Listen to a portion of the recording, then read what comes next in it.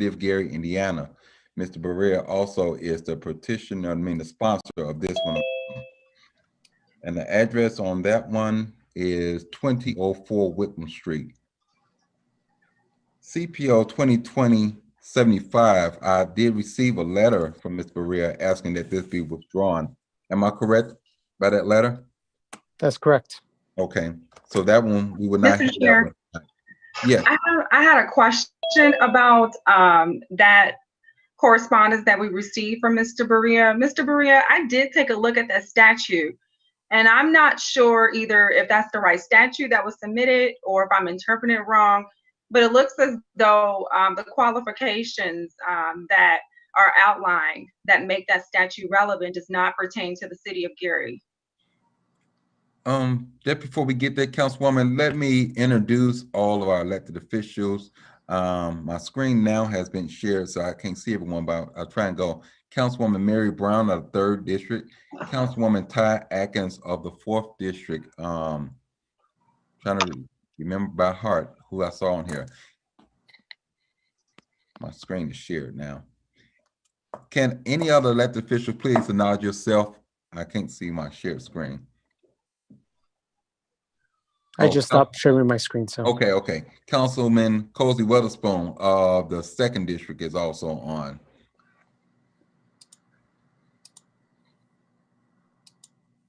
And Attorney Renza Williams is also present. Councilman William Godwin of the 1st District. Councilman William Godwin, the 1st District, on. Good evening. Hi, William. Okay. Hello, how are you?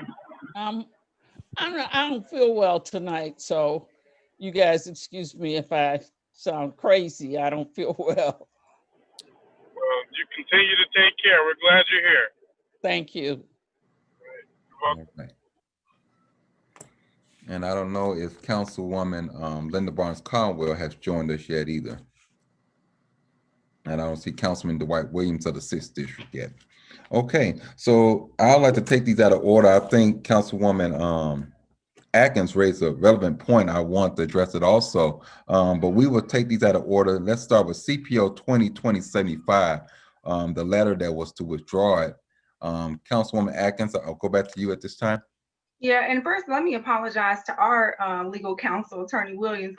I'm so sorry. I just looked at it like a couple of hours ago. I should have sent you a text message to check it out. But Attorney Pohl, if you were aware, again, the statute that was corresponded or stated in the email to us was Indiana Code 36-7-4-918.6. that's correct. And I don't know, it's saying that this section only applies to a municipality and a county having a population of more than 400,000, but less than 700.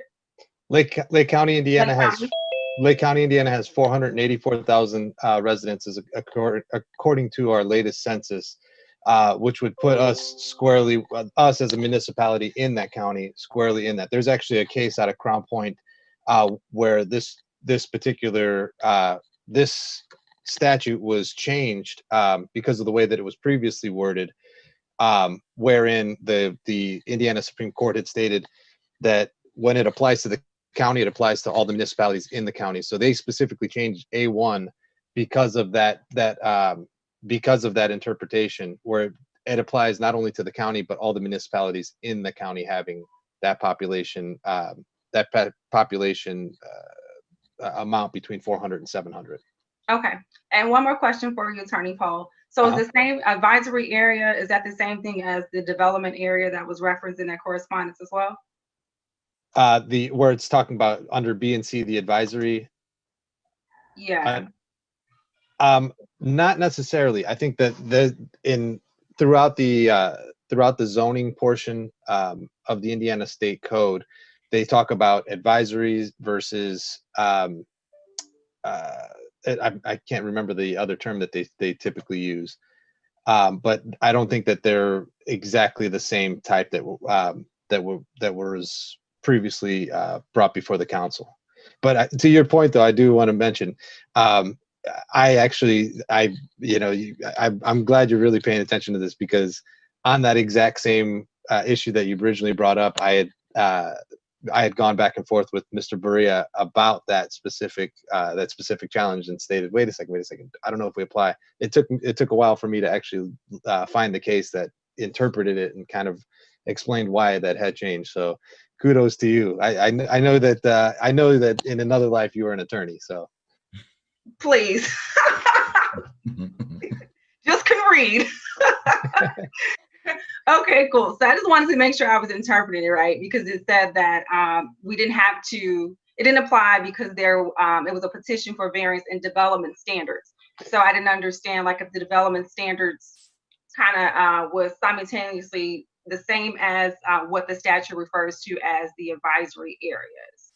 no. So what this basically parses out is that, if it has to do with uses, it goes to the council. So the council is the ultimate arbiter of making the determination as to how a property can be used if it's not a by right use. It specifically carves out, if there are developmental standards, which it allows the BZA to make those determinations. Got it. So the issues that was brought up relative to the I don't know, the person who opposed to it, those concerns would have had to have been taken up during the BZA. Correct. I got it. Okay. All right. Thank you, Mr. Chair. Just wanted to make sure I was clear. Okay. Yeah, pretty much on the same lines of Councilwoman Atkins. I saw that because we had to deal with setbacks with another petitioner out in the Miller area not too long ago. And so I thought this was pretty similar here. And then I saw the withdrawal come through. So I was just wondering what was the big difference there. Yeah, it may have gone, the setbacks may have gone before in air, as far as because that is, setbacks would be considered a developmental standard. So it may have come before the council in air. I may have missed that one. I may not have been involved with it, but ultimately they're not required to go to council. They're the way that the statute reads, the ones that must go are just pertaining to the uses and special exceptions. Okay. All right. Is there any other question by any other council members on CPO 2020-75?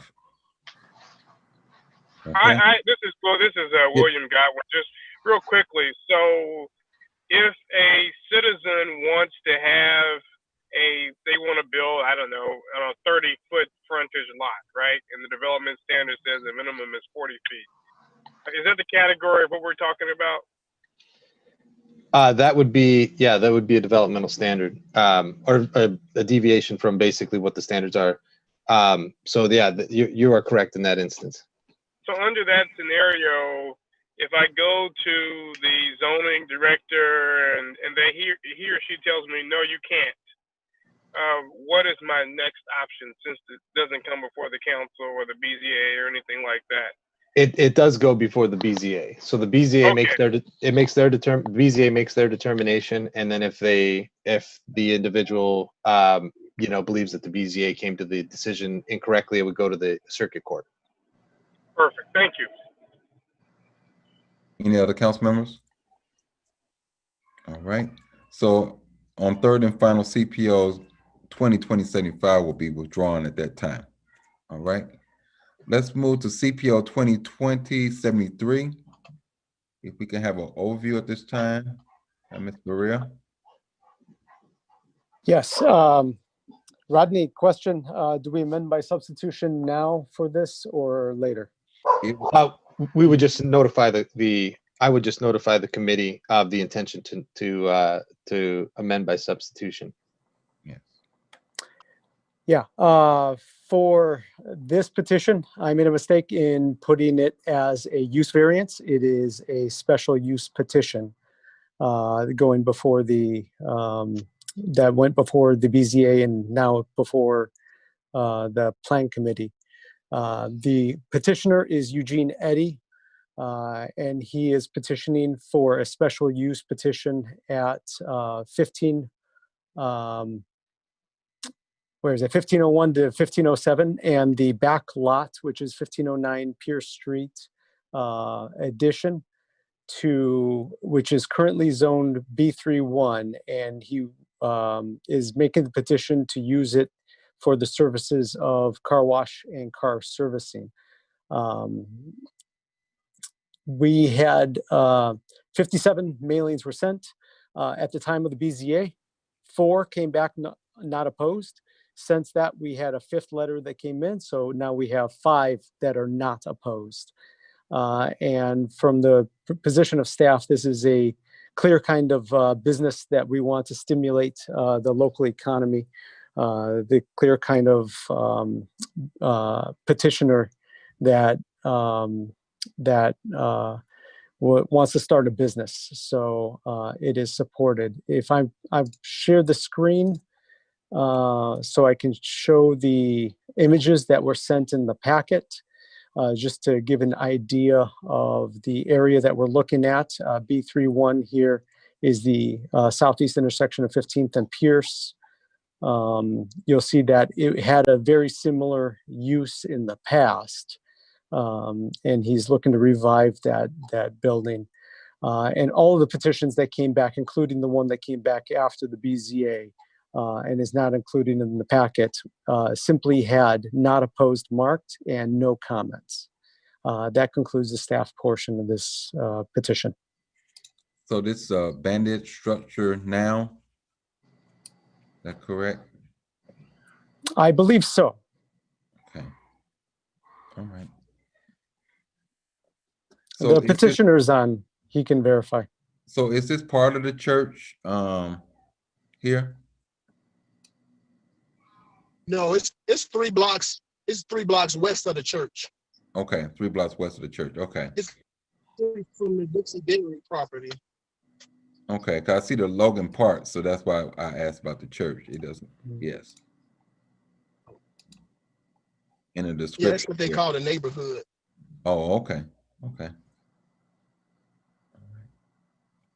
Is there any question from any other council members? Mr. Chair, I just have a question for understanding. So if I'm not mistaken, and Mr. Eddie, if this isn't correct, correct me, but I think it used to be used for like some type of car placed a long time ago. It's like a white building that's right off the avenue.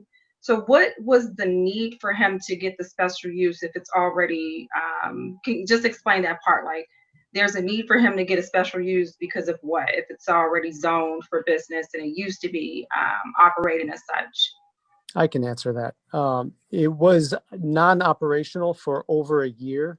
So any previous special use that was assigned to that ceased at that point. And so it reverts back to a B31 zone.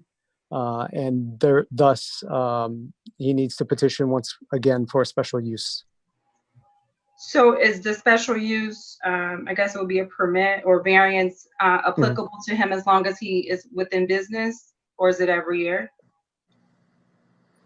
As I understand it, and Rodney can correct me if I'm wrong, the special use permit is the connection between the petitioner, the business entity, and the location.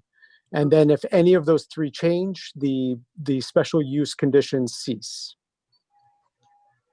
Okay. And yeah, just to add to that, the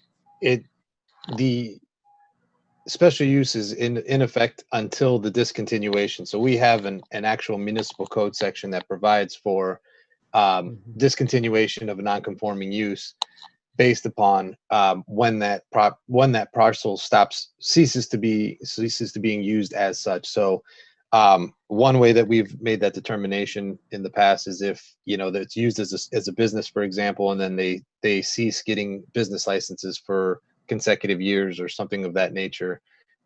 So it comes down to how they're actually using the property and holding that property out to be used as a special use. Okay. Thank you. Any other council member? Mr. Chair. Yes, Attorney Williams. Yeah. Attorney Poe, if you can send me, this goes back to what we were talking about earlier with you and Councilwoman Atkins. If you can send me the statute that you're relying on, I'd like to review it so I can give the council opinion. Yeah, absolutely. Thank you. Okay, anyone else for CPO 2020-73? All right, thank you. We will take this up at our next council meeting on the calendar here. On the 15th at 6 p.m. via Zoom. Asking all parties here to be present. Thank you. The next and final action that we'll take up is CPO 2020-74 at this time. Ms. Berea also is the petitioner on that one. Well, the sponsor, I'm sorry. So the petition 2020 is Cherry Brown.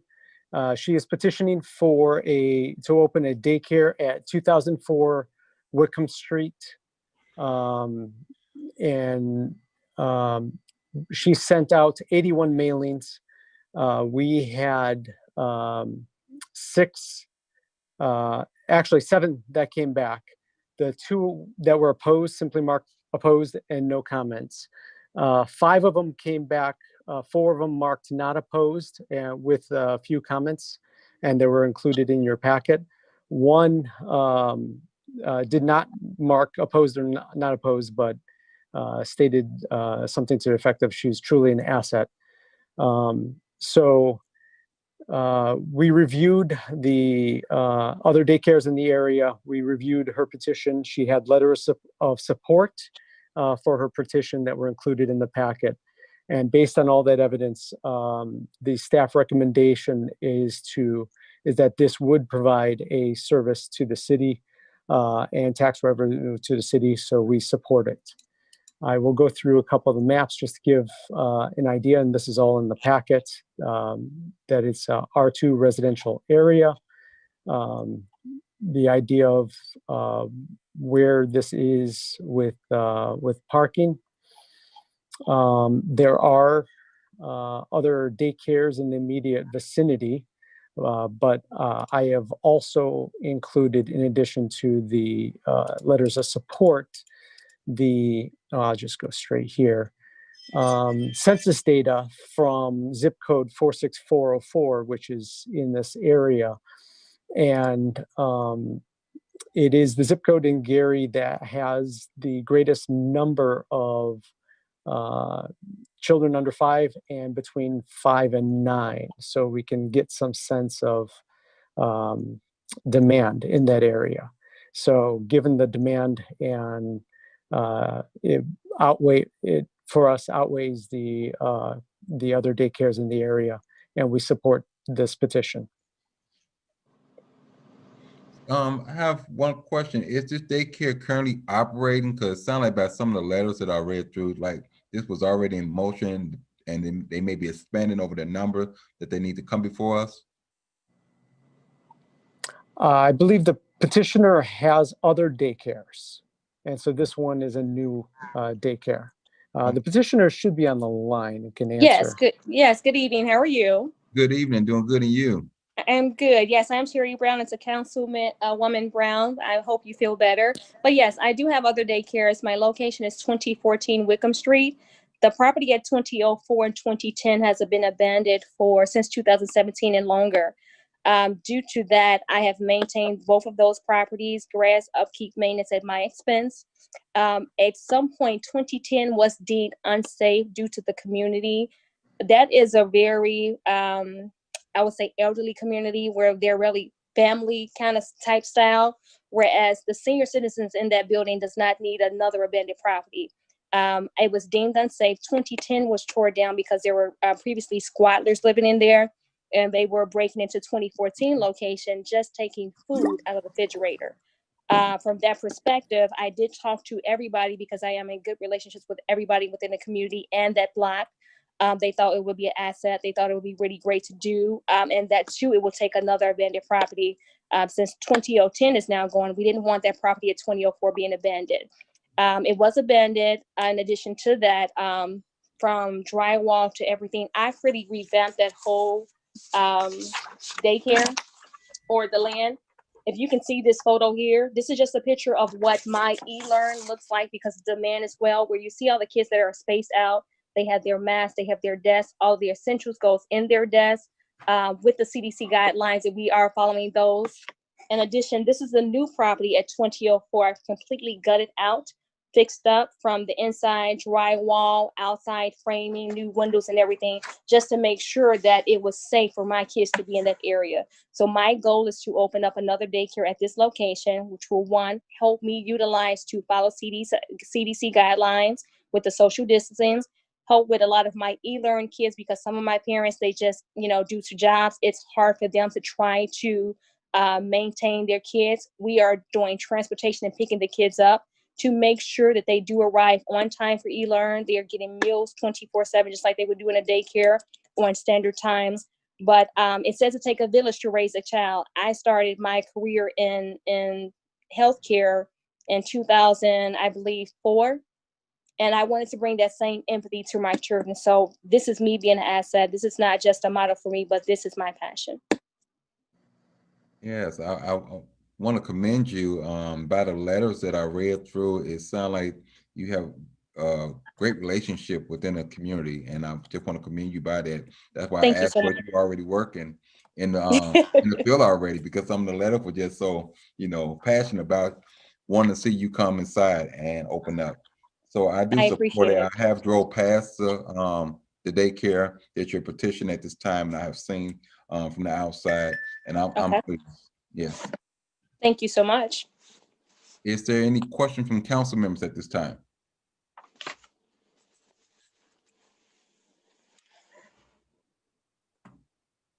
All right. If there's no comments from any other council members, we will see you via Zoom at the next council meeting on the Okay. on the 14th at 6 p.m. via Zoom. The 14th or the 15th? The 15th, I'm sorry. Okay, not a problem. Okay, thanks so much. Yeah. Continue to stay safe, and I'll look forward to seeing you on then. All right. All right. Have a great day. You too. Okay. That is our last one for the planning development. Thank you everyone for joining. I'll see everyone on the next meeting. Good night.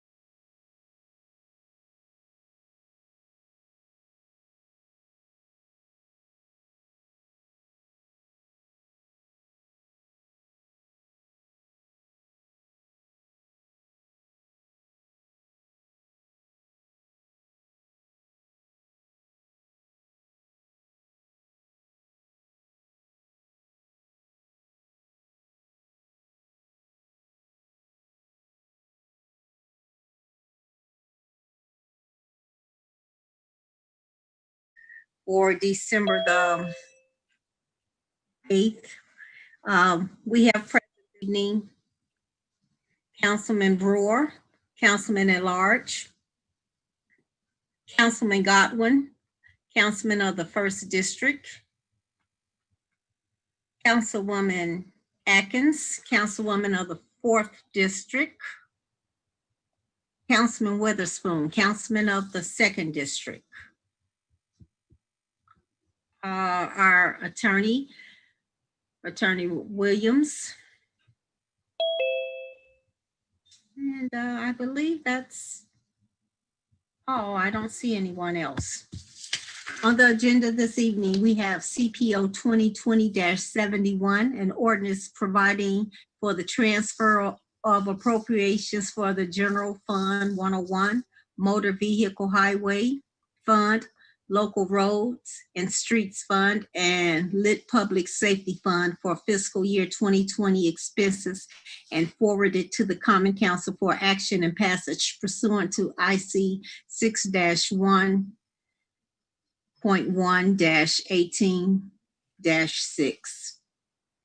CPO 2020-72, an ordinance appropriating funds for the special revenue budget for the fiscal year beginning January 1, 2021 and ending December the 31st, 2021, sponsored by Mayor Jerome Prince, City of Gary. CPO 2020-76, an ordinance approving a transfer of funds between Fund 271, Jpeg Operational Solid Waste, and Funds 233, Landfill Closure Plan, and 845, Air Quality Permit, sponsored by Mayor Jerome Prince, City of Gary, Arlene Colvin, City Controller. I believe, oh, this resolution? And CPR 2020-18, a resolution of the City of Gary approving transfers of dormant fund balances to the general fund, sponsored by Mayor Jerome Prince, City of Gary, Arlene Colvin, City Controller. Okay, we'll take the first one, CPO 2020-71. Thank you, Madam Chair. 2020-71 is an ordinance that is one that is usually submitted at the end of the year. As everyone knows, our budgets are always an estimate of how we're going to spend funds and what dollars we're going to receive. So at the end of the year, what we do is look at our account balances to determine if there are any that are running in the red or close to in the red, or if there are others that have excess. In this particular case, the ordinance itself identifies the transfers that we need to make. We need to make a transfer from, in 101 General, Department 601, from the health line item, salaries and benefits, into the services line item in the amount of $20,000. We would like to make a transfer from, in the Public Works Department, from the salaries and benefits line item of $70,000 in the 41 series to the 43 series in services and charges in the amount of $70,000. A transfer from 101 General in the Finance Department from the 41 series salaries and benefits in the amount of $25,000 to 101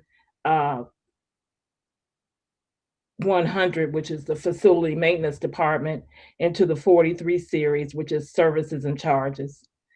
We'd like to transfer from the Facilities and Maintenance Department $5,000 and transfer that to the Fire Department. I'm sorry, it would be a transfer from salaries and benefits for $25,000 from the Finance Department, from the Facility Maintenance Department and the services line item from $20,000, and from the Facilities and Maintenance Department for $5,000 from supplies. And we will be transferring these items. I know I'm confusing this, from the Finance Department to Facility Maintenance. That's what I'm trying to say. We're also doing a transfer from the Fire Department of $5,000, and we're transferring in the 43 series to the 42 series of $5,000 for a total in the general fund of $120,000. We're doing a transfer in the motor vehicle highway fund from the 42 series to the 43 series in the total amount of $85,000 to the Salaries 41 series in the amount of $85,000. That's where it's being transferred to. In local roads and streets, we're transferring $62,935 from the supplies line item 42 series to the 44 series for machinery and equipment. This would be for a lease payment. And then we're transferring within local, the local income tax public safety area, $250,000 from the 43 series into the 44 series for a lease payment. The total amount of transfers in the local roads and streets, the public safety fund is $397,935. The total amount in local roads and streets is $62,935. The total amount in motor vehicle highway is $85,000. And as I said, in general fund, it's $120,000.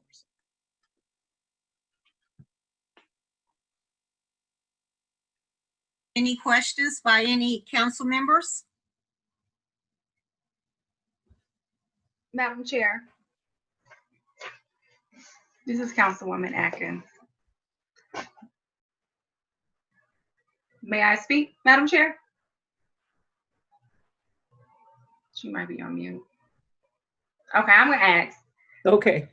Hey, Miss Arlene. Yes, hey. Hey, so I just wanted to know again, just so that I am educated on the process, could you give us like the brief, I guess, reasoning for some of the transfers? You did the last two, they're like release payments, right? Right. So like for like the health department need to transfer from salaries and benefit line items to services. Could you give us like explanation for those transfer needs?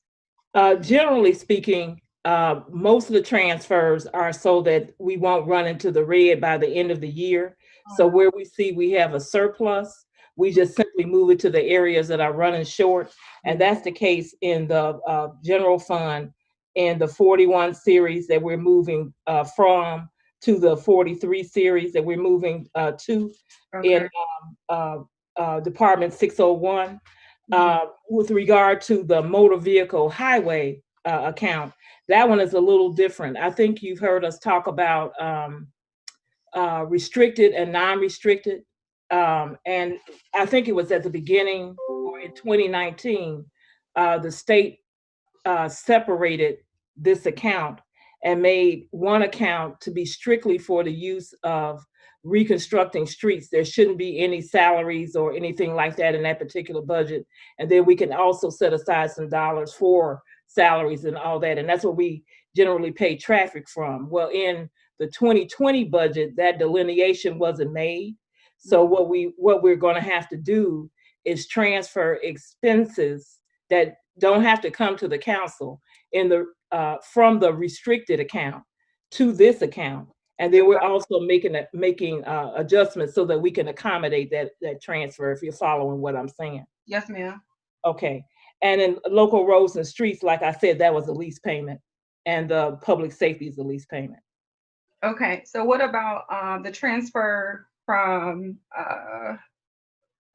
the finance department, and then it was a split to facilities maintenance as to two different, like the series 43 and 42.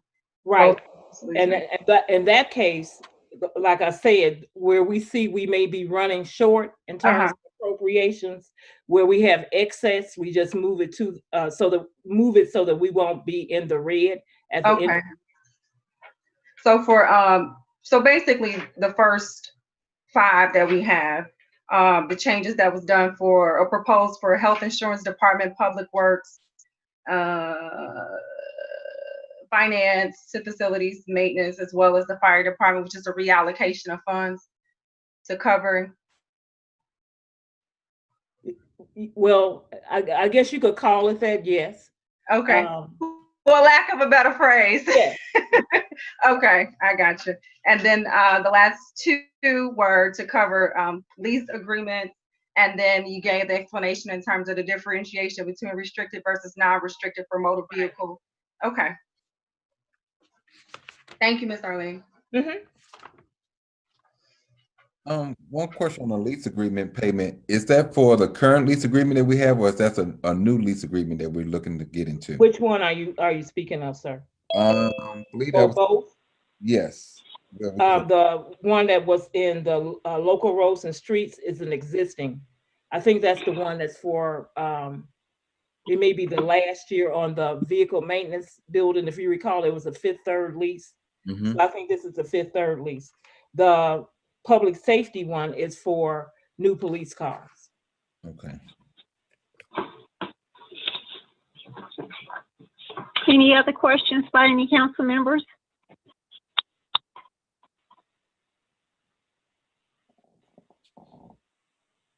Can you hear me? Yes, we can. Okay, all right. Everybody's good. Okay. Well, thank you, Attorney Colvin, for your overview. Okay, our next one, CPO 2020-72. Will you be doing that overview as well? I have the individual departments to talk about their budgets because there's so many in this particular ordinance.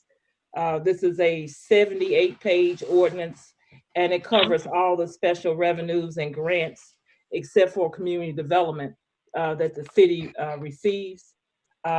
So I guess without further ado, we can begin with the clerk's office because the clerk's office, I think, may have the first budget that we have in here, the perpetuation fund, if I'm not okay. mistaken. Let me make sure before I say that, though. That is correct. Okay. So Madam Clerk is here to talk about that. Okay.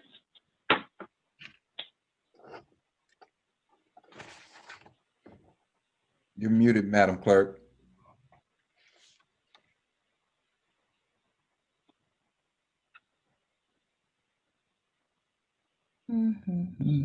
Can you hear me? Yes. Yes. Oh, okay. I can barely hear you guys, but to the chair, Madam Chair, to the council members, and to the administration, as well as to the public. I am Suzette Rags, Gary City Clerk. The Clerk's Perpetuation Fund is a fund that was established for the collection of very specific fees that were either allowed by or mandated by the state of Indiana. You have your budgets. Do you have any questions?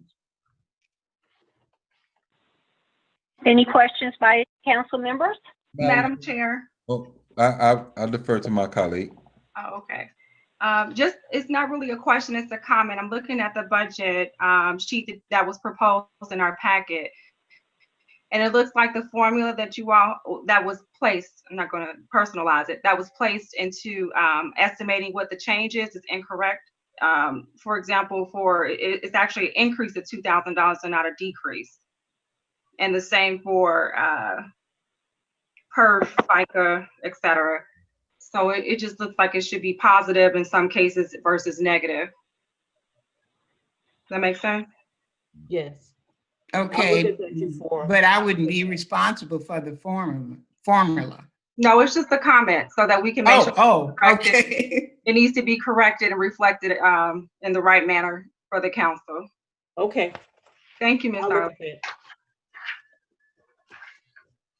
And I hope that's not the case in all of them, but it may be. I'll get a head start and look and see. That's all I had, Madam Chair.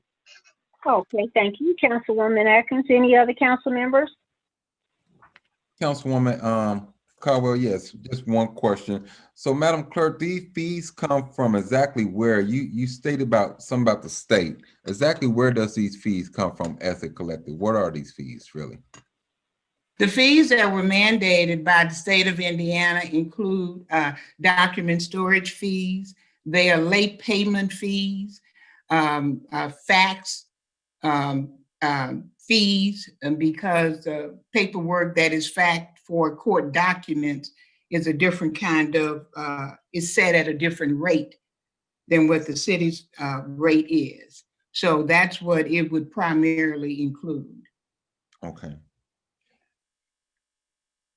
And this overall, these dollars go to your overall operation of the clerk's office? I beg your pardon? These dollars go towards the operation of the clerk's office?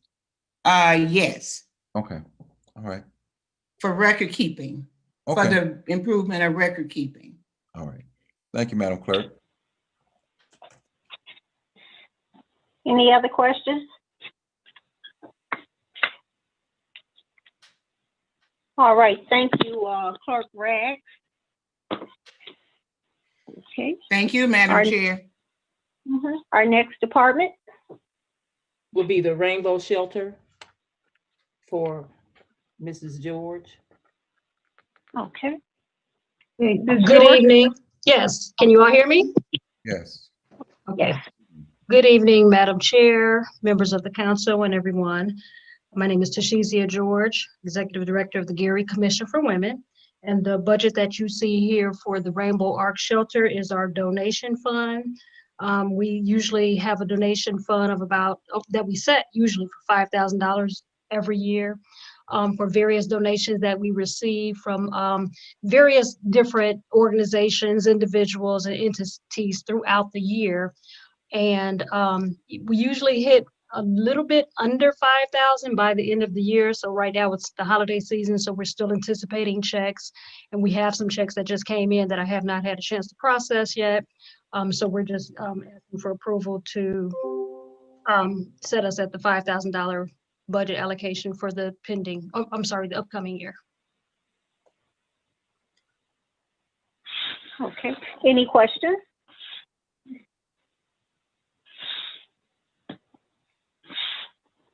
So, Madam Chair, for Ms. George, so as those donations come in, I guess you have to bring up for the council for approval of those donations? Yes, we generally submit those for approval before we can spend anything. Generally, whoever donates usually sends us a letter, let us know how the donation is supposed to be utilized, whether it's for general operating, or if they would like us to purchase specific items such as towels or reading books for the youth or things like that. But we generally submit those donations to the council prior to doing any spending. Okay. Thank you. You're welcome. Thank you. Thank you, Madam Chair. Okay. If we don't have any other questions, we thank you, Ms. George, for your overview. You're welcome. Thank you. The next department. The next department will be for the court. Judge Monroe, I believe, is on. Hello, everyone. Hello. Judge. Hey, Madam Chair, the council persons that are on with us today, as well as the administration and the citizens of Gary. I see some other persons on. For the court special revenue budgets, we mainly use those for salaries and supplies to operate our Saturday night court and other programs such as drug court and our mediation program. This year, we unexpectedly had to buy some laptops after COVID shut us down and we had to do some virtual programs. So my accounts are pretty much depleted. I didn't hear Ms. Colvin say that we were in the red yet, so we're hopefully we have enough to survive for 2021. And also we received a grant that is over 3 years, and I think we brought that to you guys early last year before COVID struck.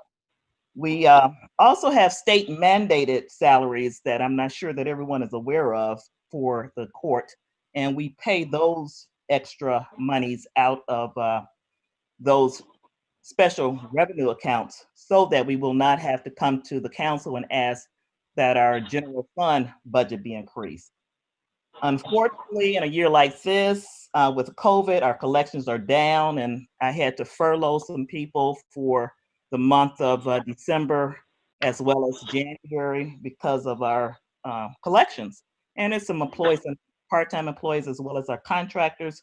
Hopefully, at the beginning of next year, first quarter, we'll be able to get back on track. But mostly, those are what our special revenue budgets are for. Okay. Any questions from any council members?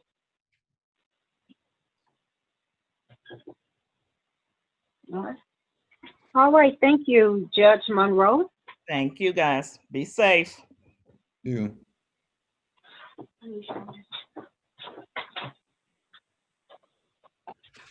The next group will be the landfill reimbursement. Brenda Scott Henry. Good afternoon, good evening, everyone. I have 4 funds that I need to give you information about. The landfill closure fund 233 is a mandate by the state to cover, this particular budget covers all of the expenses related to monitoring and maintenance activities at the closed landfill. The revenue that we generate normally comes from the Jpeg Fund, as well as reimbursement from the state from a trust fund that we have had for the city since about 1999. But what we're asking to do is,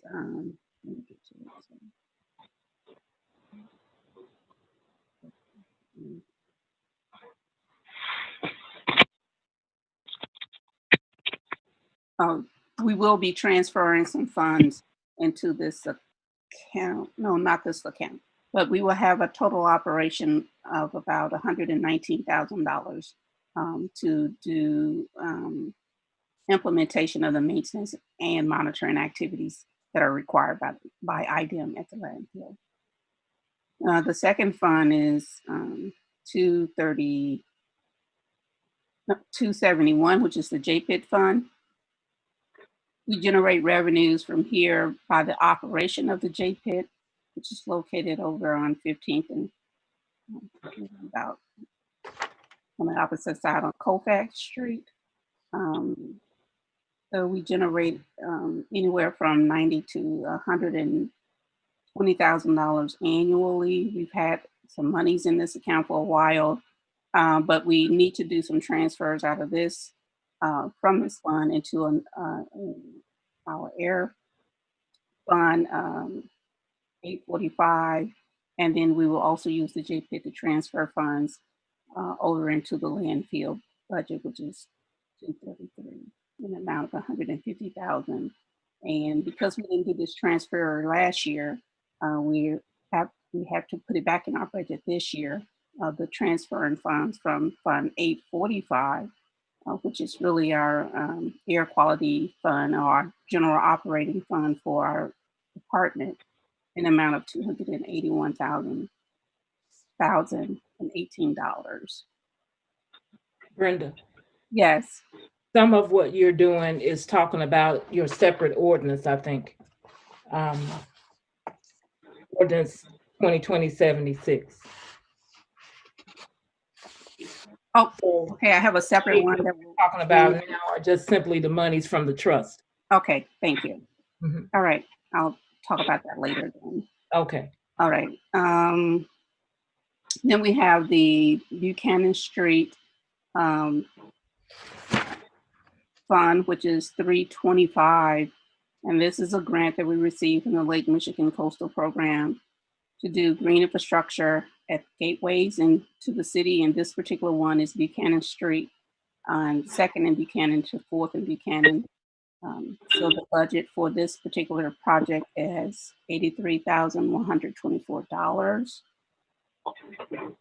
It is a matching grant. We received the grant in amount of $42,000 and $41,000, and we have to match it dollar for dollar. And those funds will come from our Fund 845. So this, Madam Chair, I know Alrighty. over, if I could jump in. So this project here for the Buchanan Street, that will start in 2021 on that project? Yes, we've already done the, put it out for bid. We got quotes back, and we are within budget. I think the quotes came back around about 78,000, so we have a few dollars. What can we look to see during that reconfiguration? So it's taking vacant land that the city owned, redevelopment owned, and putting in native landscape designs. It's really a green infrastructure project where we're managing stormwater and preventing stormwater from entering into the Grand Calumet River. But you will see things like a planter boxes, signage, welcome to Gary signage. You'll also see how we connect that space to the existing Green Link Trail. So there will be features like birdhouses, a repair bike shop, just and I overlook into the Grand Calumet River. All right, thank you. Okay. Any other questions? Oh, you still? I'm sorry. I'm finished. I know it's quite a bit that we're going on. I just want to jump in with that real quick. Okay. And then the last fund I have is 845, which is we use for our air permits. We collect monies from different industrial companies in the city.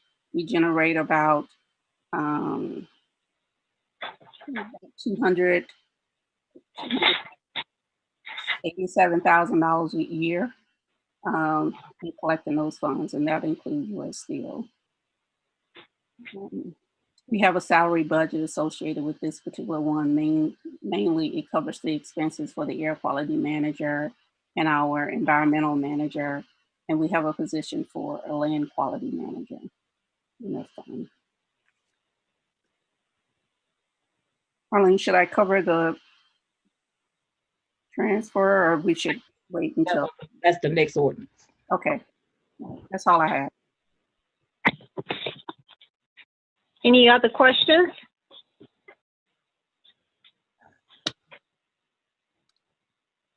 No?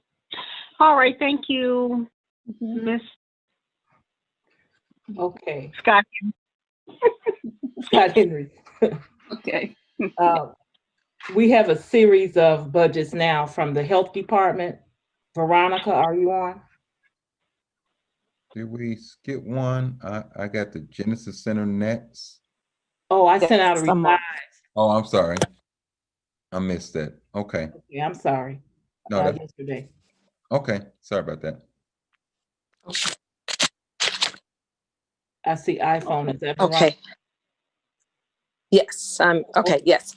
Hi, my chair and council. My name is Veronica Collins. I'm from the Gary Health Department, Executive Director. And I believe I have 7 special revenue budgets. The first one is the HIV prevention. It's a new grant that we receive.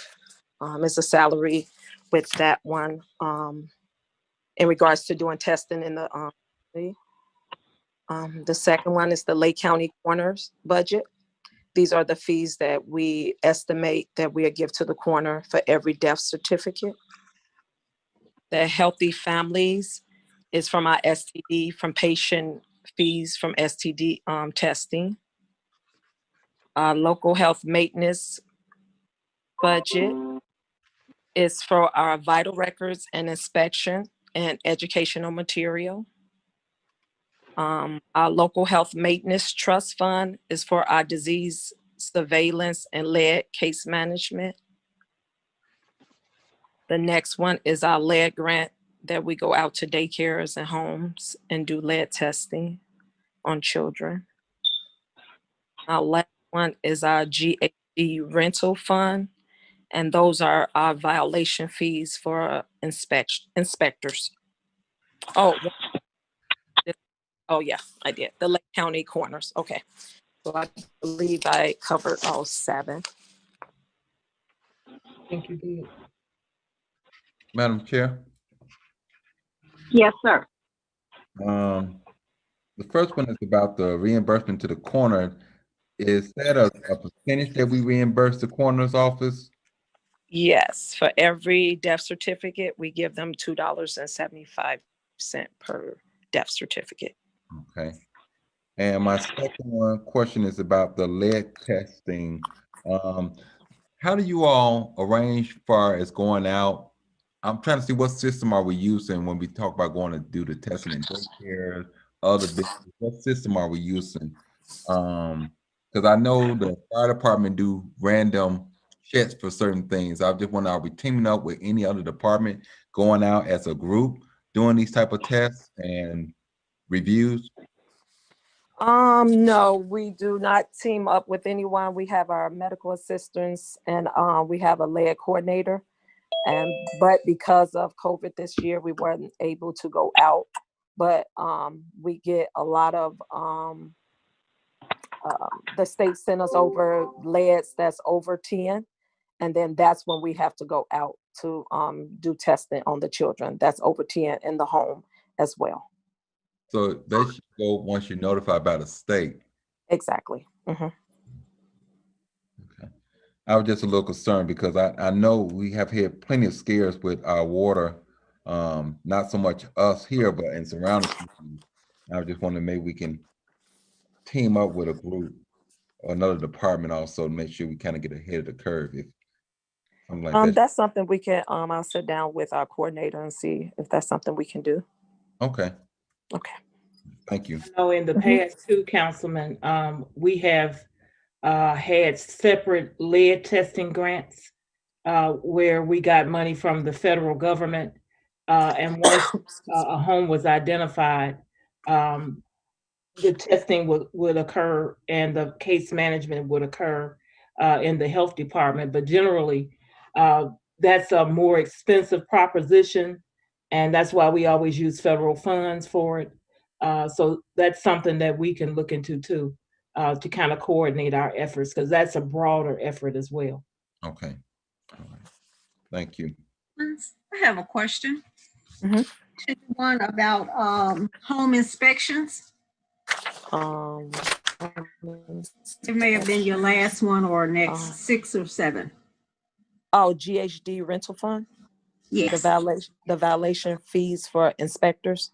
Yes. That's more when they go out to the restaurants and find people. That's in regards to that. Okay. Do you all go to homes and inspect them, or is this just a part of the building department? I believe that's part of the building department. If they are uninhabitable, then the inspectors will go out to the home just to find out, to assess the situation. But no, the fees, we don't find them. Well, we do find some of the landlords, we do.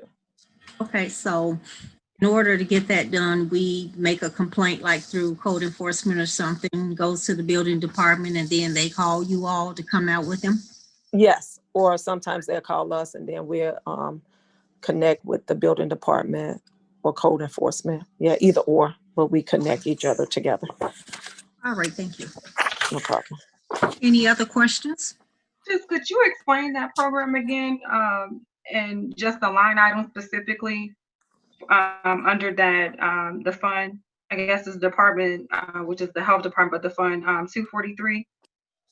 243.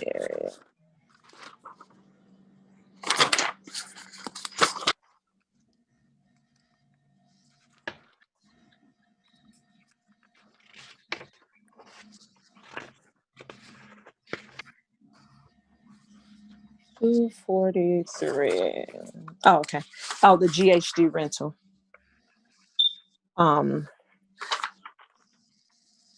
These are the funds, the violations that the inspectors, when they go out to restaurants and fine for not having the water at a certain temperature, or they get a complaint in regards to the food being expired. That's where those fees are going into. Let's see. Which line item are you speaking of? The violation fees on that page? On the revenue estimate?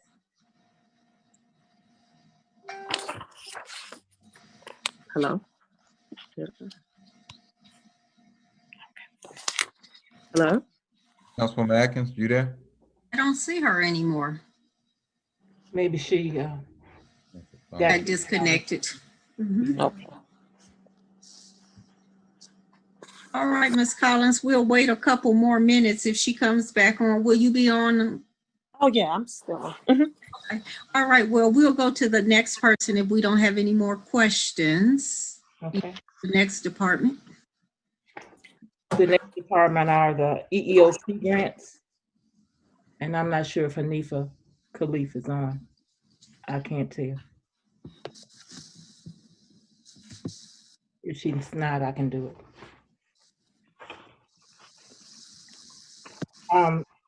The Gary Human Relations Commission receives monies directly from HUD for a couple of areas. One is for the investigation of housing discrimination cases, and the other is for fair housing. They both have dollars directly from HUD, and these dollars are to fund their staff, which is kind of roughly divided between the two areas. They get dollars directly from HUD itself, and that's how they conduct their business through these HUD grants. They also get some dollars from the Community Development Department, but these dollars that we are appropriating here are directly from HUD for fair housing and for their EEOC complaints. Any questions for Attorney Colvin?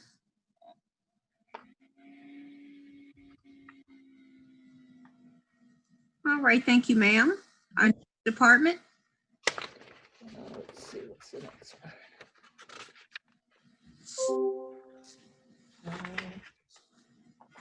The next department is information technology. This is a non-reverting fund. I don't know if Mr. Keith is still on or not. But this is a non-reverting fund where, Lloyd, are you speaking to this or you want me to do it? Yes, if we're referring to the fund coming from the airport? Yes. Yes. This, good evening, everyone, to all of the council members and department heads. And the Fund 860 is the fund where we are under contract to perform IT services for the Gary Airport. We've been doing this since I've been in place annually, and that's for services only. And that's kind of the gist of it. Unless anyone have any specific questions. Mr. Keith, when you say services only, what do you mean when you say services? IT related services. All right, let me be clear. I'm sorry. IT related services. Yeah, I got you. We're their IT department, but we don't purchase equipment or hardware that comes out of their budget. Got you. Thank you. Okay. Just a comment. Excuse me. This is one that you might need to look at. Okay. Yeah. Okay, I'll look at that one too. Yes, ma'am. Thank you. Madam Chair, I'm sorry. This is Hanifa Khalif for the EEOC and Fair Housing Fund. My phone was muted and I could not understand why I was not being heard. I am so sorry. I thought you weren't on, Hanifa. I am so sorry. I've been on the whole time.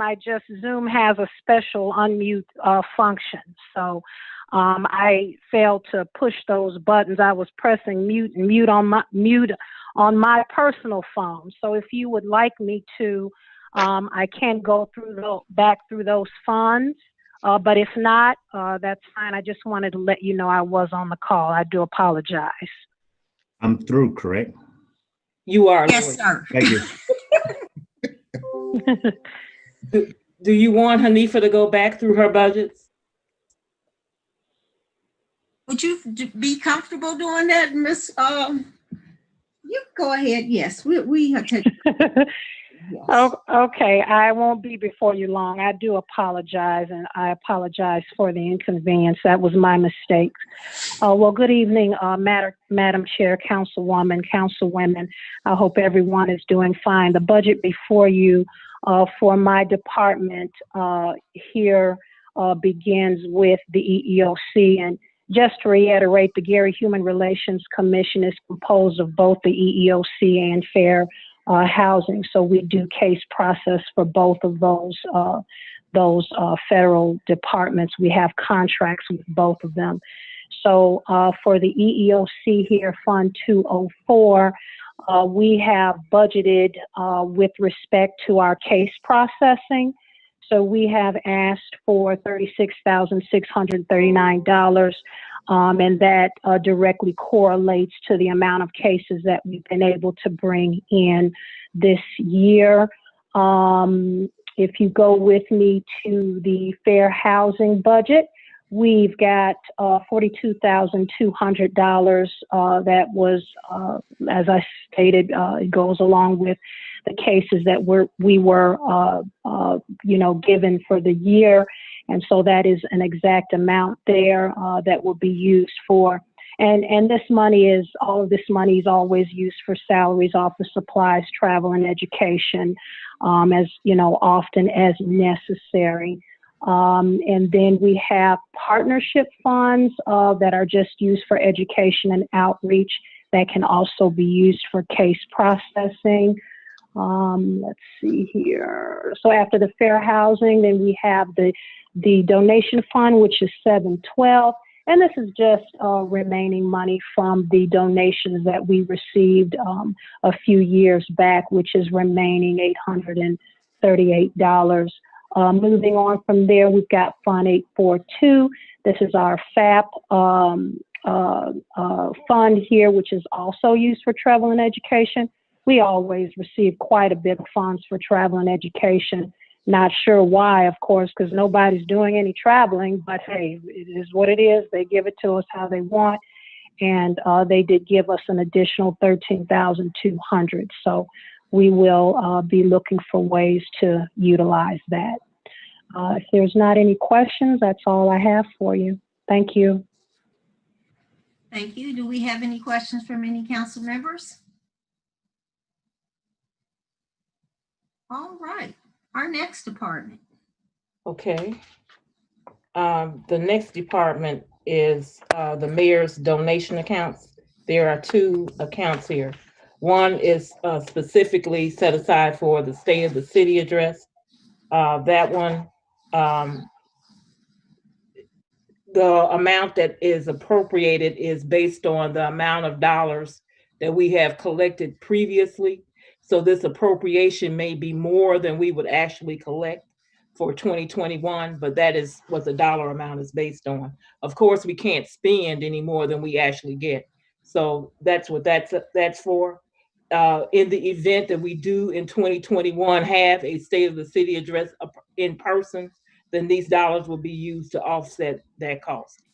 And the other item that's a second part of the mayor's donation account is for special events. That amount is based on the revenues that were collected back in the summer. I think it was $22,000 for special events for the city itself. So that's the appropriation for that. Those dollars would be used for any events that the city has. As an example, if we wanted to decorate for Christmas, for example, we would be able to use those funds, but they're separated from the State of the City address dollars. Okay, any questions? None? Okay, I thank you, Attorney Colvin. Next department. The next item is the media fund. Make sure I'm not forgetting anything. The media fund appropriates dollars that come from the franchise fees for cable TV. If any members of the council remember, the council itself in the past was responsible for negotiating franchise agreements with the cable company directly. Some years ago, the state law changed and that responsibility was given to the state.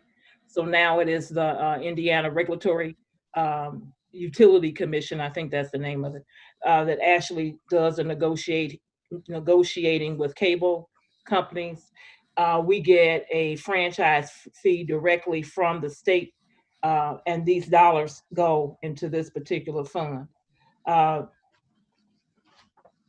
amount hasn't changed very much, even though our cable fees have gone up. But there are several different divisions of the cable dollars themselves at the state level that occurs, but our dollars are pretty stable.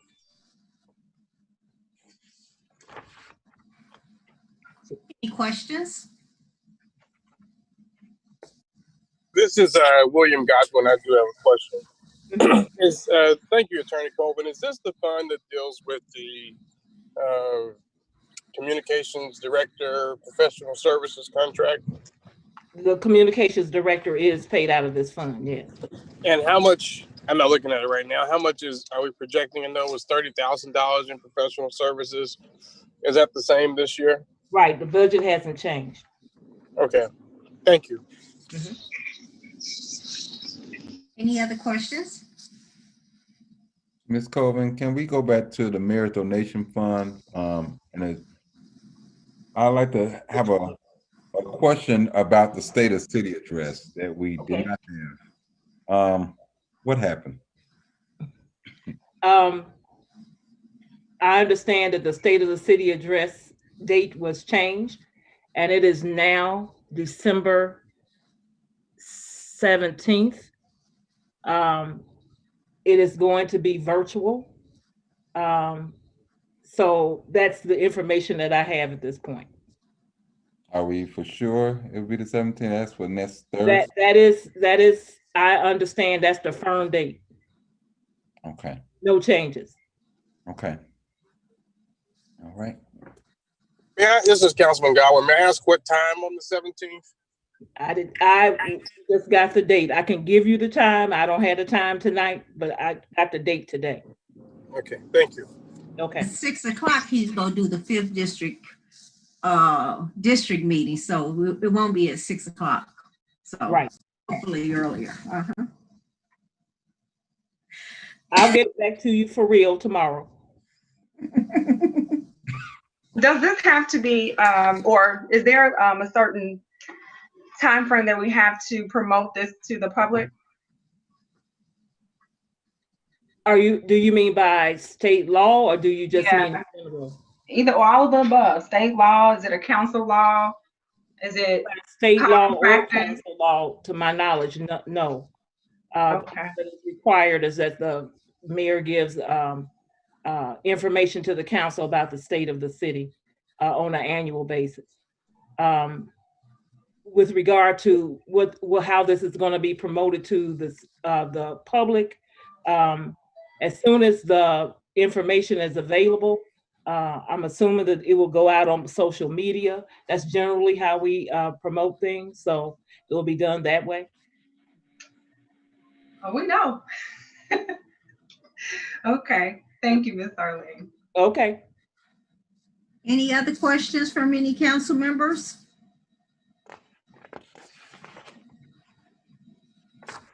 All right, Attorney Colvin, your next department. Okay, these are police department budgets. And I think Chief Evans is on, as well as Katrina Walker. They can go over these budgets for you. asset forfeiture, Jag Grant, abandoned vehicles. Yes, sir. Good afternoon. All right. I'll go over the budgets one at a time. We have several, 1, 2, 3, 4, 5, 6, 7 budgets. We'll go over them one at a time and explain what each and every one of them is. If I get into a situation where I can't explain, I will refer to our fiscal manager, Ms. Walker. The first one that we're going to talk about is 220-262 county asset forfeiture. This is a budget that we have for any revenue or item seized, forfeiture cash from a county. We had an individual on the county task force, and when we do joint operations, this fund has the appropriation so that we can spend on those funds after it's going through the process, and the court has decided that the money should be kept by law enforcement, and there's a split depending on how many agencies are involved, and we get a portion of it in this fund.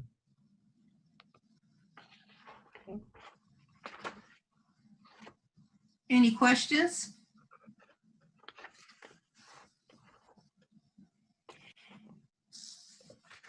And Chief, you can just go through all of them and they'll ask questions at the end. Okay. Okay. So the next one is law enforcement training. That's hold on, my computer's loading. 227 law enforcement training is we get funds in there from a few different ways: accident report fees, citations that we write, and then confiscated cash. These revenues are used for training our officers, paying for officers to get specialized training when they travel or go to other locations like our police academies. We also pay for, if we have a special instructor to come in, we've had to have that done a few times, we can pay that instructor to do law enforcement specific training. We also have in this budget an operating expense so that when officers do travel, we can pay them back and reimburse them travel expenses. Our next budget is 710 confiscated cash, which is different than the county asset forfeiture. This is for items that we confiscate in a joint with other agencies, particularly our task forces, which is the FBI, DEA, ATF, or the Lake County Drug Task Force. This is confiscated cash that we have from any type of raids or any type of law enforcement actions that we have from those sources. Our next budget is our Jag grant.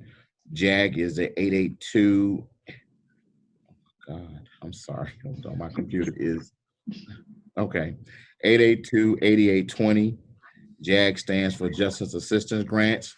So every year, all law enforcement agencies in Lake County apply for this grant together. When you apply together, you get a better return. Gary consistently gets the most money from this venture.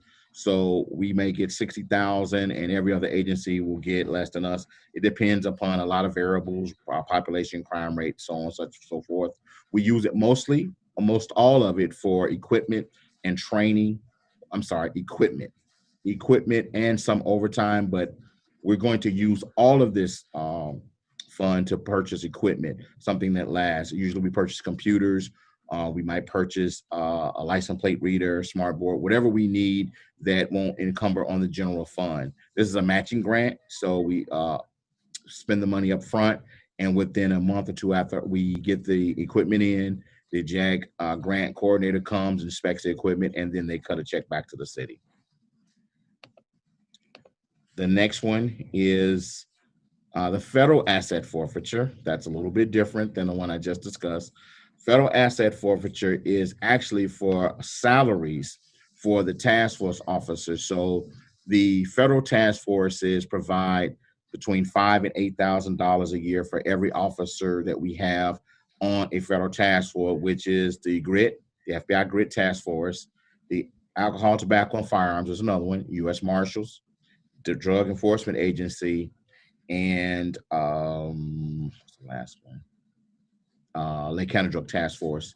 These individuals provide for, that money is provided for officers when they work overtime, for that money to be reimbursed back to the general fund. So if we have an officer on a federal task force and he has to work 16 hours or 12 hours past his 8, we have to pay his overtime, he or she, the officer's overtime, out of our budget, and then we submit from this fund for that money to be reimbursed back to the city based upon the hours they work. Along with that, these task force provide vehicles for the officers in most cases, or equipment. If they have to travel, we pay for that out of this as well. The next fund is 254-224. I don't even have to go into that one. I can talk about that one with my eyes closed. That's our vehicle auction fund. Out of that fund, we get tow fees, auction fees, and in that fund is used for us to buy vehicle-related equipment or equipment for the police department. We also have our towing fees from our releases in that fund. So anything that we have relating to vehicles, which is the auction, which we have 4 times a year, every quarter, the tow releases that we get from the police department, and the fees that we get from the tow companies themselves going to this fund. We buy vehicles, vehicle-related equipment out of it, and those purchases can be kind of expensive. Just for an example, we have to use a laptop. It's a must in today's law enforcement to use a computer. We have to use something that's ruggedized, something that can take the weather, something that can take a battery, of riding around all day, can work in all kind of weather. So those computers are a little bit more expensive because they're ruggedized and able to withstand the weather. We also have to have a stand in the car that can hold the computer up, so the officers, whether it's the driver or the passenger, if it's a 2-man unit, can use a computer. Now vehicles are a office space for officers of every department, and a computer is a must, and that's just one item that we purchase out of there, along with lights, sirens, any type of equipment for our ATVs for the beach. Everything vehicle related is purchased out of 254. And our last fund is 725-0257. That's our donation fund.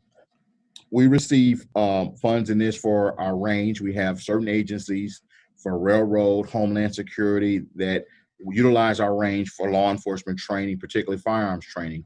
We're one of the few agencies in the area that has a range and an outdoor range. And that's important. We realized back in the 90s when we have indoor ranges, it's very dangerous for our employees to be exposed to lead and the hazards of a range. So we built an outdoor range in the early 2000s, and many agencies use it, and they rent it for the day or pay for the use of it, and it pays for any damages.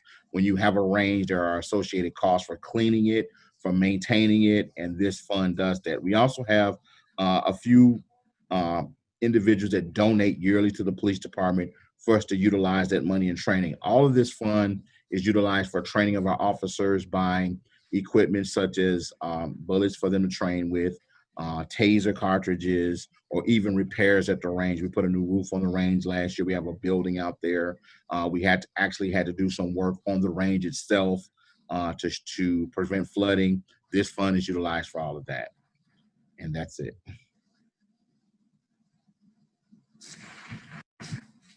Any questions for Chief Evans? Madam Chair? Yes, sir. With the last question, I got probably about 2. The last question with the range, I know you said it's used for law enforcement. Have you all considered opening it up possibly to the public for a revenue stream? No, and there's a couple of reasons for that. What we have talked about is possibly doing a class that we will train people in the use of firearms and safety. What I mean by that, many people go to the gun stores, they buy a gun, the gun dealer doesn't teach them how to clean it, how to secure it. They don't provide any instructions on how to use a weapon and how to carry it safely. I have a friend who was a legal firearms owner, and I used to get on her about carrying a weapon in a purse. If somebody snatched your purse, they got a gun too. Those are things that we thought about doing, but not necessarily the range. The range is utilized so often by either the Gary Police Department or these other agencies, it would be difficult to schedule that. And we have a lot of agencies that utilize it. Another question that came up with the law department is liability. So for like Deb's gun range or Point Blank, they have to carry liability insurance in case someone gets injured or, God forsaken, killed at the range. I don't know if you remember in the early 2000s, we had an officer killed at a range in Hammond. Accident, someone there accidentally shot him. And so we will be concerned about that type of liability by having a range. We would have to have a lot of things in place. You know, when people are learning to shoot, they need to be taught by certified instructors, because if you've never utilized a firearm, it can be a dangerous situation. So that's one of the reasons we haven't considered opening the range up to the public, but we are considering doing a class where at the end of the class, we teach a person basically how to clean their weapon, how to carry their weapon, how to store their weapon, and we give them a gun safety lock, keeping a weapon safe in the home. Okay, but that's something that can be used as a revenue generator also too. Yes, sir. Okay, sounds good. Okay. And also about the purchase of vehicles, how many vehicles are you expecting to purchase this year, or have you already sent in the purchase? 13 so far this year. We're just waiting for the vehicles to come in, and we expect to have another, oh, don't get me that, I don't want to quote you wrong, another, let's say 10 or 12 by the first quarter of next year. The thing that encumbers police vehicles, because they're purposely made, COVID has slowed all of that down because Ford shut down for a couple of months. So did all the manufacturers. And there are very few law enforcement vehicles out there. In a regular year without COVID, they run law enforcement lines in January and February for the entire country. Well, this year that was delayed because they were coming out with a new model, which is the new Ford Explorer. And by the time they were going to run those lines, COVID hit and they shut down. And so there's been a lot of delay on purchasing law enforcement specific vehicles because they may look like a regular Explorer or a Tahoe, but they have like a different suspension on it, a very different interior, and a different type of engine setup. Okay. Thank you, Chief. Thank you, Madam. I have a quick question, Councilman. Yes, sir. Councilwoman, whose meeting is I? Right here. Sorry about that. Real bad. In terms, thank you. Do we charge other agencies? Do we charge a fee for using the range? Yes, sir, we do. Okay. Yes, we charge each agency a fee, and we actually go into a MOU contract with each agency, explaining what that fee is and what they are actually, what they actually can and cannot do on our range, and that's really oversaw by the law department. And you set that? Who sets that fee? You know what, Councilman? We've had the fee for a few years now. I don't really know who set the fee. I think it was fair use. Okay, so is it an administrative decision or is it part of the fee ordinance? I don't think it's part of the fee ordinance, but it's an administrative contractual relationship to the Board of Public Works, or is it just internal to the police department? You know what, Councilman? I don't know how the fees were generated. I do know they were a part of the calculation was size of the department, how many people they will be bringing, and I think fair use. What I mean by that is what's comparable to other private or public ranges that what they charge. I don't know what that is. If you give me just till tomorrow, I can find out for you and send that out to all of you in an email. Perfect, thank you. And those dollars, when they come in, what bucket do they go into? They go into 725, our donation fund. And like I said, that's used for us to purchase equipment, such as more bullets for our officers to train with, or repairs to the range. Like I said, we put a new roof on the range. We actually did some repair work on the range to some of the drainage out there because it was flooding. And we also had to repair the berm. Then that's the portion of the dirt that's out there that catches the lead. We have to scrape that off and redo that and rent equipment to do it. Thank you. And just one quick last question. Is there any precedent for group purchasing? That is to say, obviously, all the departments in Lake County, including the Sheriff's Department, use bullets and other equipment. Is there ever an adventure to say, if we all buy, I don't know how many bullets you buy, but 100,000, 1 million bullets, will we get a better rate for it? Is there any kind of group purchasing that is done to get a wholesale rate for some We of get these a items? Especially folks who are we using that get a grant? state QPA, which is a price that the vendors offer us for the lowest possible rate based upon the state QPA. There's not a all-in purchase because we actually all use different calibers. We use a 40, county uses a 9. They use different type of ammunition. We use a subsonic round because what we want to do is make sure the round is as slow as it can be and safe as it can be so it won't punch through a wall and hit someone else. Other departments don't do that. So we use a varying amount of ammunition, so the prices are different, but we do utilize vendors with our state QPA. Thank you. Madam Chair, can I just chime in on that part that Councilman Godwin kind of left off on? So on that note, do we do the same for vehicles? Can it be the same way we did with vehicles? Or is it a straight fee across for all departments?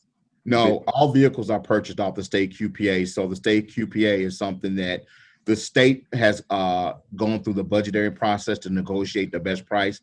And if you utilize vendors that utilize state QPA, you will get the lowest possible price on that vehicle. That's how we purchase our vehicle and our equipment. Whenever possible, we utilize that. It gives us the best price. All the bidding has been done by the state, and it's just best to use that whenever you can. So is that just the vehicle itself, or is that also including like the lights and sirens and all that stuff that goes on there? Because As much as done separately, is that correct? It depends on how you get the vehicle. So it depends on how you buy. We've done both ways. So we have purchased the vehicle completely done. That was very expensive, and it all went under state QPA, but it took a long time to get the vehicles. We had to send officers to Indianapolis to pick them up because that's where they were at. They only had 2 gallons of gas in it, so we ended up having to buy gas cards to get the officers to get enough gas to come home. It just did not work out well. So what we do with the equipment now, we try to use a local vendor that has a state QPA, but there are not a whole lot of vendors here that do lights and police equipment. In fact, in this county, I think there's only 1 or 2, which is Tri-Electronic, and there's another one in Portage. So the vendors that do public safety equipment like that are very spread out. You know, it's not that many in the state. And when we did that, when we got the all-in price, it was too cumbersome. Like I said, we had to buy gas cards. We had to get officers to go down there and pick them up. So it's best for us to try to do it locally. Okay. All right. Thank you, Chief. Thank you, Madam Chair. Any other questions? Thank you, Chief Evans. Thank you. Colvin?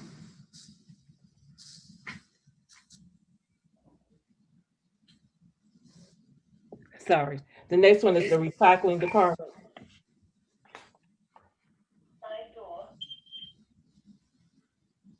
Okay. Good evening, Madam Chair, council members, and City of Gary department heads. My name is Mattie Fitzgerald Williams. I'm the director of the recycling department. The recycling department grant budget is utilized to cover salaries, repairs to equipment, educational programs for the City of Gary residents, which include shredding, e-waste, tire recycling, household hazardous waste collection day, yard waste, and other educational programs.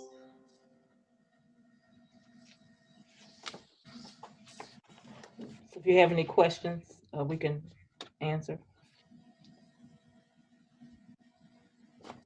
Madam Chair, Councilman. Yes, sir. Yes. Yes, I would like Ms. Mattie William Fitzgerald, if she can take us through the process of the recycling being transferred over to Republic. We've been waiting for this budget to come before. We talked about it earlier part of the year. If you could just shed some light on that at this time, and where's the manpower at since they're no longer picking up recycling, and what we're doing on a day-to-day basis now in the recycling department. Okay. Yes, Councilman. So Republic Waste is collecting the residents' recycling at this time. However, all of our recycling staff members are yet working for the city of Gary. The recycling drivers are collecting yard waste on a day-to-day basis. And instead of us going out every other week to collect yard waste, we're collecting yard waste from the residents Monday through Friday from 7 a.m. to 2 p.m. The recycling department is also offering the tree shredding program to the residents of Gary 3 times a week from 8 a.m. to 2:30 p.m. We also collect e-waste from residents, which would entail televisions, computers, cell phones, house phones, and printers. And the recycling department also is assisting with removing debris from 4th and Broadway to 52nd and Broadway from the cans in the Broadway corridor. The recycling department has also teamed up with Clean Slate, and during that process over the summer, we were able to refurbish 2 parks in the city of Gary, one in Black Oak, as well as one in Midtown of the Gary area. So all of our programs to the residents are yet in operation. The drivers are yet in the field servicing the residents weekly. And that would be all. Well, I'm happy to see that the recycling of the leaf bats are being picked up on a regular. I know we had a system before, but I think the system now is definitely a more efficient system. I haven't really received any calls this year, probably one, about the leaf bats, and I think you all was out the next day to get that resident. So I do appreciate everything you all continue to do. And I have seen the guys and the ladies picking up on Broadway, and I think that's been a big improvement also on the look of our city. So I appreciate everything you all continue to do. Thank you, sir. Any other council members? Thank you, Ms. Fitzgerald Williams. Attorney Tobin, who do you have next? I keep keeping myself on mute. The last one we have is. If I may, just real quickly, interject on the last presentation. I've been hearing this. I haven't seen it myself, but some residents are saying that the garbage and the recycling are being mixed in terms of that. They said they've seen it being tossed, seen the recycling and garbage being tossed into the same vehicle. So I'm not looking to fact find and conclude on that, but I just wanted to put that out there for us to check in on that, because I've heard that a few times now. We can do that, sir. We'll check on that. Thank you. Renault Inspection is the last one. The director is here on the line, but this particular budget is for the Renault Inspection program, and generally speaking, it supplements the salaries of the inspectors in the building department from the fees that are collected for inspections on the inspection of rental properties like apartment buildings and homes that are rented out. So this budget sets forth the items that the amounts that we expect to collect during the year and how they will be used. If you have questions. So, I would just quickly say that I know some years ago there was litigation because the state allowed some cities like college towns like West Lafayette and Bloomington to charge whatever they wanted, but other cities were restricted. Hammond kind of pushed the envelope. I think their fee going up to maybe $85 or something like that. Right. I'd be interested. I don't know what our legislative agenda is for 21, but I would certainly be interested if the council desired to, in putting together a resolution to see if we can give us a little bit more flexibility in setting that price amount, because we know we have a lot of apartment buildings, and I'm not saying we want to make it onerous or, overly difficult, but, it's a tax on the city in terms of resources and tenant complaints. And I'm almost certain that $5 per unit is woefully insufficient to match the cost of keeping up with the responsibilities we have in terms of landlord-tenant relations. So if You're maybe the law absolutely right, department, Councilman. It is very, very low. The landlord lobby was very, very strong on this particular state law. So yes, we understand completely. thank you. I do And have that concludes this particular ordinance. I do have one question for the rental registration. Do we also include like houses where people have turned them into business that we use them as rentals as part of the rental registration? That we still keep track of those? Even daycares where people don't live there, where they're renting the property from someone else, but they're actually running daycares. Do we still track that as a rental unit? I don't know if you can respond to that, Millie, or not. I'm not sure. She may not hear me. I can check for you, Councilman. Okay. Okay. That's it for this particular ordinance, Councilwoman Barnes All Carver. right. CPO 2020-76, an ordinance approving a transfer of funds between Fund 271 and Funds 233 and 845, sponsored by Mayor Jerome Prince, Gary Arlene Colvin, City Controller. Okay. Mrs. Scott Henry started to talk about this a little bit previously when she was discussing her ordinances in the previous ordinance, but this is a transfer from Fund 271 in the amount of $381,018 to the landfill closure plan of $100,000, and also environmental affairs, $281,018. It really accompanies the transfer that, or the ordinance that had been previously discussed under 2020-72. This ordinance actually just transfers the funds associated with that particular transaction. Any questions? No. Thank you, Attorney Colvin. Okay. Yeah, CPR 2020-18, a resolution of the City of Gary approving transfers of dormant fund balances to the general fund. Sponsored by Mayor Jerome Prince, City of Gary, Arlene Colvin, City Controller. Okay, this last ordinance is last resolution transfers dormant funds to the general fund.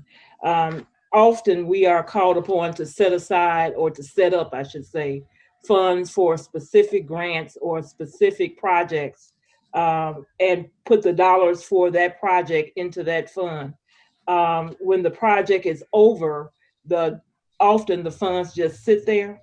So the State Board of Accounts in the 2019 audit asked that we look at some of these dormant accounts and close them and transfer the money to our general fund if it wasn't going to be used. So there's a listing or account listing that I've attached to this particular ordinance that shows you what the funds are that are dormant or were considered dormant by the State Board of Accounts, and how much money was in each fund, and how much we will be transferring from that particular fund to the actual general fund.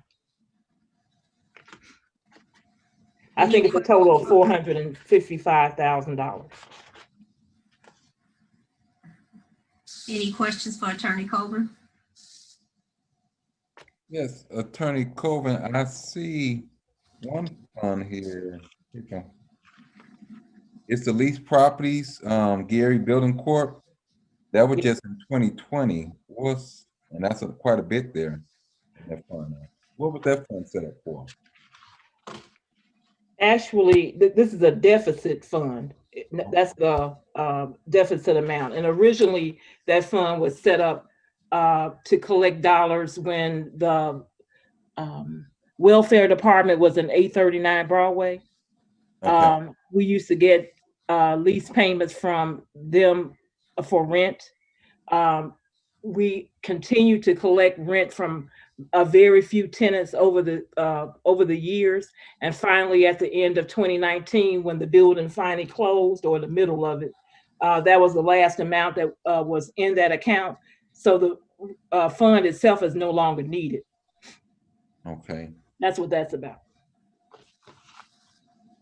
And I see the Lady Liberty Restoration.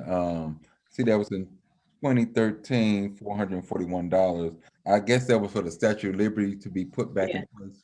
Okay.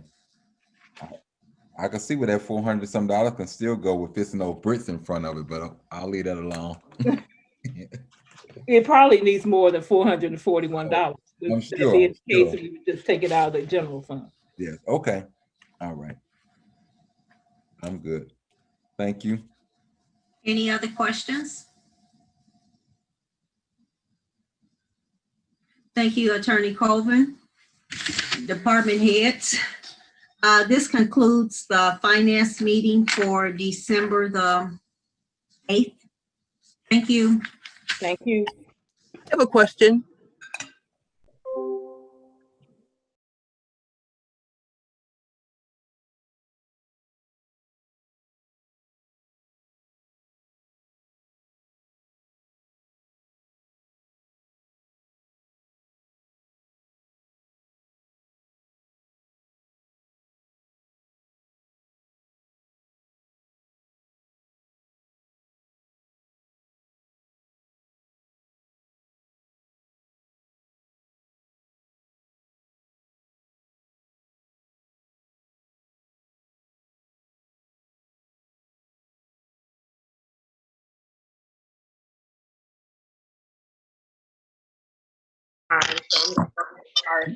Good evening. I'm Councilwoman Pye Atkins, Council Representative for the 4th District, and also the Chairman of the Ways and Means Committee. We're calling the meeting to order at 7:01 p.m. Joining us tonight, we have the following council members: Councilman Ron Brewer, Councilman at Large; Councilman Claudia Slade, Councilman at Large; Councilman of the 1st District, William Godwin; Councilwoman of the 5th District, Councilwoman Linda Barnes Caldwell; Council member for the 6th District, Councilman Dwight Williams; and Ways and Means Committee member, Council Representative of the 2nd District, Councilman Cozy Weatherspoon. I think, and of course, we have our legal counsel online with us today, which is Attorney Winfred Williams. I'm going to start the meeting and I would like to acknowledge Mayor Prince. Good evening, Mayor Prince. Thank you so much for joining us this evening. So before us this evening, we have 2 ordinances for the Ways and Means Committee. The first one is a continuation from our previous meeting, which had a discussion point of CPO 2020-69, which is an ordinance approving the amendment for garbage collection fees for users located in the city of Gary. Also on the agenda tonight, we have before us CPO 2020-77, which is an ordinance of the city of Gary, Indiana, amending the city fee schedule ordinance number 8968 by increasing and establishing fees for the city of Gary departments. I believe both of these ordinances are sponsored by our Mayor Jerome Prince, and were prepared by City Attorney Rodney Poe for CPO 2020-77. And I also think, Poe, you might have did 69 as well. So we're going to start with 2020-69. Just as a review, I'm not going to, if needed, I'll do a brief overview. So this is the 3rd committee meeting that we've been discussing this topic. There's a proposed rate increase. Based on the information that was provided to the council, the rate increase proposed is taking it from $16.30 to be exact, to $28.25. Just as a reminder, I wanted to provide you guys, again, with this comparison chart to give you some brief. Let me present this real quick. So this is a refresher point. We reviewed all of these different options over the last couple of meetings. And at this point, we wanted to get some feedback. Hold on.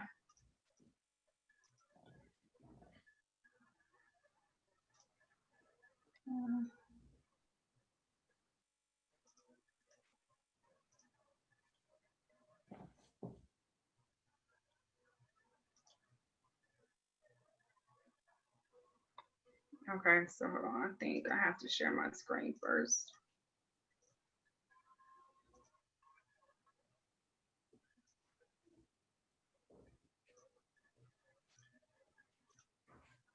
I'm not going to keep this up the whole meeting, but I did want you guys just to have this information in front of you quickly.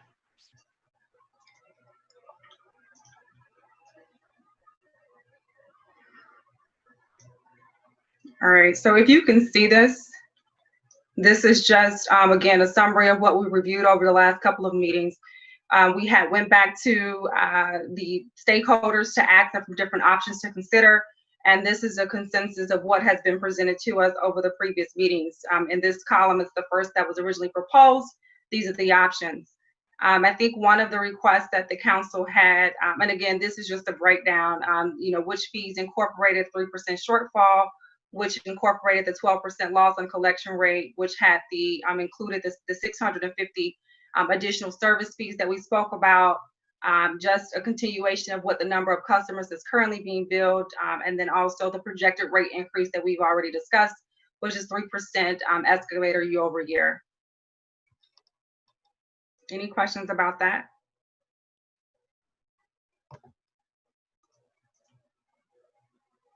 I think it's good that since we do have Mayor Prince on, I would like to start there. Mayor Prince, thank you so much for joining us. I know we have discussed, and Attorney McCain did a great job in our last committee meeting, kind of giving us the overview in terms of what the administration's point of view was. But since you are the sponsor, we did want to take a moment to kind of give you an opportunity to kind of give us your point of view.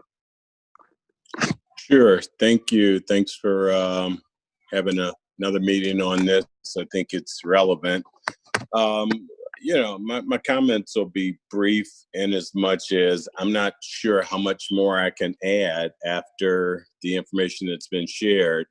The administration certainly, like the council, wanted to make this as least impactful as we possibly could on the residents, and to that extent, presented at least a few options. At the end of the day, a couple things are certain. One is that anytime an ordinance is presented to the council by the administration as a sponsor, the representatives who are present speak for the administration. And so to that extent, our position hasn't changed. And the sole position is, and it's never attractive to increase a fee, pass a tax or anything. But in this situation, this is something that should have been addressed prior to this administration. And we're just doing the responsible thing by making sure that, the district is able to continue to operate, or not necessarily the district, but the district certainly being responsible for submitting the fees to the waste collector. Certainly, they're an integral part of this. But in addition to that, it's also an opportunity to pay for the services out of the proper fund. I'm fairly certain that all of those things have been articulated prior to this. So outside of that, I'm not certain how much more that I could really add, other than the fact that this is necessary. It's something that's been necessary for a while. And to that extent, we're just attempting to right the ship, if you will, however painful it may be. Sure, thank you. Does any council members have any questions for Mayor Prince at this time? Councilwoman Atkins. Yes, Councilman Brewer. So I had asked a question about the fees that on the city side, where we're picking up from various departments, parts and things of that nature, where the city can share their part in paying into the fee. That way, that would help cushion the burden of this a little bit. Mayor, what is your thoughts on that? sure I understand your question, Councilman. Can you maybe present it again? So I believe it's about $650,000 that the city does on their side. How can the city take on that responsibility and paying that, where we can take that off the table and we can deal with the fee part for the residents? Because right now the residents is holding that whole burden of everything, all the pickup for the city, special projects that we do. Also at the beach, people pay to go to the beach, and I think there's a revenue generated out there. Also in other parts, the youth pavilion, we charge for fees there. So how can we help cushion this burden here with the number, if the city would pay their portion there of the 600, I believe like 650 or 680 of the city part? Yeah, thank you, Councilman, for the clarity. And so to that, I would say that nothing's changed, other than prior years. And I'll point back to the fact that this fee increase hadn't been addressed prior to this. And the reason it is largely is the city certainly isn't in a position to incur any additional expenses. Outside of that, I'm not certain as to why it was never presented to this body before. But the short answer to your question is the city is not able to incur that sort of expense for this. So, may I ask a question? Sure. Yes, sir. All right. First, I want to thank the mayor for being here. And while we certainly know that my good friend, Attorney McCain, is more than able, I just thought that given the magnitude of this issue, especially when we're talking about essentially a tax, right? A fee, a tax on the residents, that it's important for citizens to hear not just from us and employees of the city, but directly from all elected officials, stakeholders, in terms of what their position is. I think to Councilman Brewer's question, we have at least three options that have been presented to us. And so I'd like to hear which option is your preference. What are you asking us to do, right? As the sponsor of it, we have these other options which are not currently the legislation, but will require an amendment. So what is your preference? How would you like the council to respond to the crisis with trash collection fees?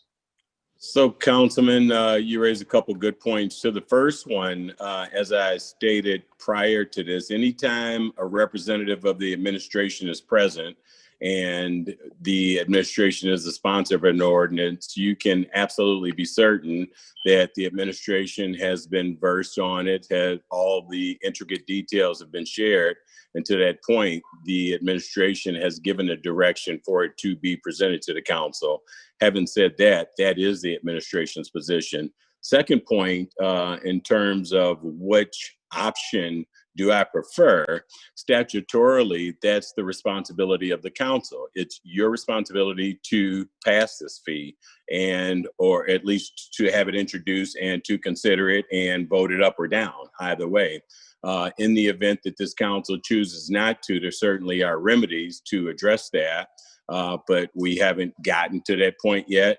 The second remedy, as you know, would be, or maybe not, would be for a special administrator to enact the fee through an executive order. And to that extent, as of now, I certainly haven't been appointed a special administrator. We had engaged in discussion with the DOJ very early in the year, and it was their position at that particular time, not necessarily to not appoint me. In fact, we received very favorable response based on the inquiries that were led by them and the answers to the questions that we submitted, including background and experience and things of that nature. However, it was their position that we didn't need a special administrator. The special administrator, from my perspective, is largely or solely responsible for one thing. And oftentimes, I think that gets confused with who oversees the operations of the district. Clearly, that's the CEO of the city, which is the mayor, and it gets back to the ordinance being presented by you. It certainly was through our direction that it be presented because it needs to be done. Outside of that, if this body chooses not to act or not to pass it, It is the intention of the administration to repetition the DOJ, excuse me, to consider or make a decision at that particular time as to whether, you know, we need a special administrator. And obviously, at that point, I think the answer would be emphatically yes. So let me just may I ask a follow-up question, because Sure. You're the sponsor of the ordinance, right? So the ordinance that's before us, I believe, is option 1. Is that correct? So actually, just to clear, it's actually 4 different ones, right? So is what was presented originally, which is the 73% increase, which is what the administration proposed to the council. And then the council went back to the stakeholders to say, hey, okay, give us the justification of why the increase is needed. And then after obtaining those informations, we asked for different options. And so then they provided 3 additional options. So you really have a total of 4. So to that point, I want to be clear about which one you are asking us to pass. Is it the one that was originally submitted, or one of the other 3 options?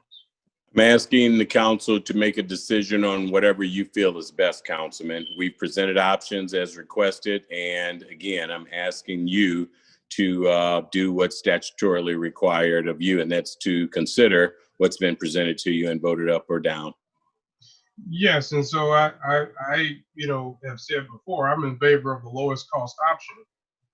Only problem with the lowest cost option is that means the city, to Councilman Brewer's earlier point, would be on the hook for, I guess, roughly $650,000 or so of what it costs to pick up from the parks and City Hall and other city buildings. And so if that's in fact the case, it's important to know that either through deferring our debt obligation to the sanitary district, which has been talked about, or some other cuts or revenue stream, that if option 1 is voted on, in order to meet our obligations to Republic, will the city be able to meet its obligations to Republic, right? Because the city will have a bill that it does not currently have if the lowest cost option is the one that's chosen.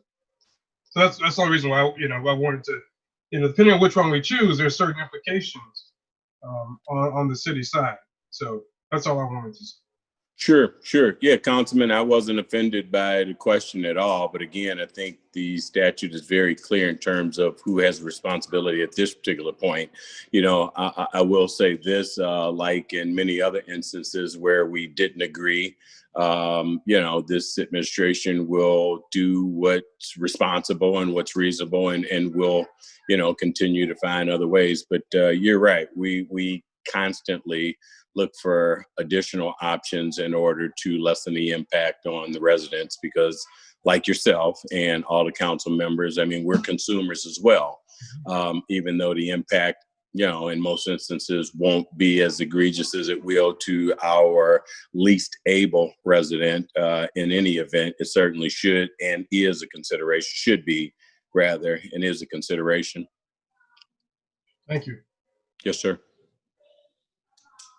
So I have a question, Mayor. If, for instance, if the conversation continues within this committee and the council does continue to analyze the additional options, and there is a consensus that, we might consider one of the options that was not the $28.25, which I think was the 73% increase. Since the administration is the sponsor of the legislation, how would you make that adjustment? If the council, because I think your statement was the council will have to, make a decision in terms of what they think is fair, what they want to approve. So what if the decision is okay from the additional options that was provided to us by Mr. Sender and Mr. Bakari, it's a different option that we, would like to at least consider for vote. Would you make that change on your legislation?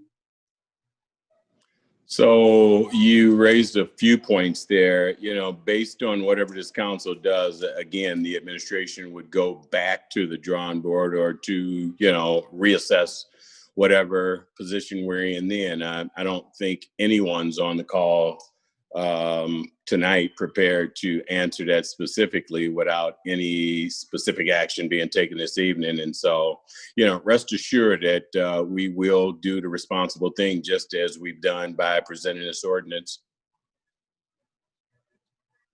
Okay. Well, I guess I'm a little confused because the other options that I'm mentioning is what was proposed by, Gary Sanitary District for consideration, as well as, in conjunction with Cinder and Company for consideration. Sure. So where's the confusion? You just stated that if we were to select one of these other options, that you all will still go back to the drawing board to make a different decision in terms of how to move forward. So I just want to understand. That's not what I stated, and I'll be expressly clear. What I stated is that in the event this council chooses an option, and I didn't state it, but this what was inferred by the statement. In the event that this council makes an option that leaves a deficit, the administration will go back, reassess how much the deficit is, and address it appropriately. And that's the part that we aren't prepared to tell you specifically how, because we don't have an indication as to what will occur tonight. Okay. Or, so thank you. Thank you. Mr. Cinder, are you on the call?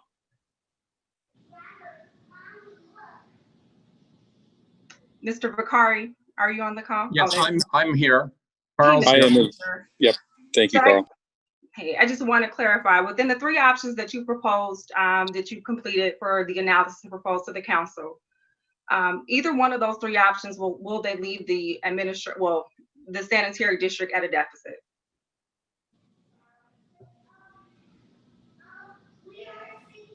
Carl, go ahead, Carl. I think you're best prepared to answer that. The option that would be at a lesser amount, that would not cover the transfer station and city services of $650,000. That's not going to be covered if you go with that option. So I think that was option 1 and 2, right? Option 1 and 2 did not include. Correct. Okay. Yep. So the sanitary district or the city would be short that amount of money, and they would have to figure out how to fund that. Okay. So council members, are you all clear on what option that leaves? Well, basically, I believe the option is still there. We're just stating that we're only going to fund certain things, just the trash pickup for the residents, and not all the other city services. Yes. Okay. Okay, I understand. Does any other council member have any questions or comments?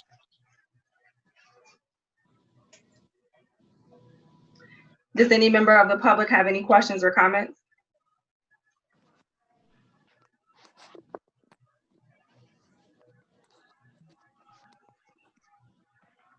We're good? Well, just in case anyone come. So I want to be clear, we're not scheduled to go out to bid until when? Because Mr. Vakari, you want to answer that? Sure. Yes, council member, we would go to bid about 1 year from now. The contract expires if the GSD board elects for the last year of options to the contract, because it was a 5-year agreement with 2 one-year options. We are in our first 1-year option. That would happen this coming May, which would leave 1 more year. So it'd be May of 2022. So back that up. My recommendation to the GSD board, if the GSD board is still going to be the responsible party, would be to go to bid about 1 year from now in order to make sure that we have a good, clean, competitive bid process with recommendations to the board by plenty of time before the contract expires in May of 2022. Okay. Madam Chairman. Yes, Councilman Lay. I would suspect we would go beyond Republic. As I understand, there was difficulty between the former special administrator and waste management. If that statement is inaccurate, I certainly apologize because it's hearsay. What I would suggest is of the executive branch, specifically the mayor, to have a conversation with waste management. Let's now make it a competitive bid. No longer do it with one person. I thought the contract on this year ran out May the 21st. I'm sorry, May 2021, as I understand it, that we're operating under this option.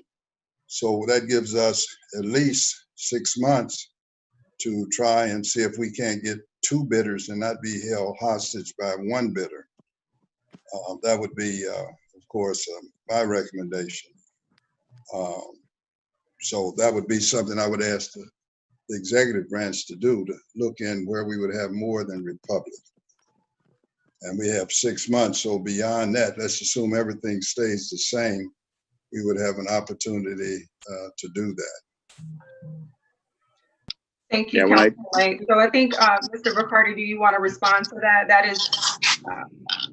Sure. So just to go back in 2012, it was an open public bid. It's publicly advertised. In all the legal advertisements are made. We reach out to all the parties that we know about in the Chicago area and nationally. And we received 2 bids, one from Waste Management, one from Republic. That was in 2012. In 2013, when it had been rebid, we received 2 bids, one from Lakeshore Recycling System and one from Republic. Waste Management chose not to bid. And again, that was a open public competitive bid process. It was Waste Management that chose not to bid.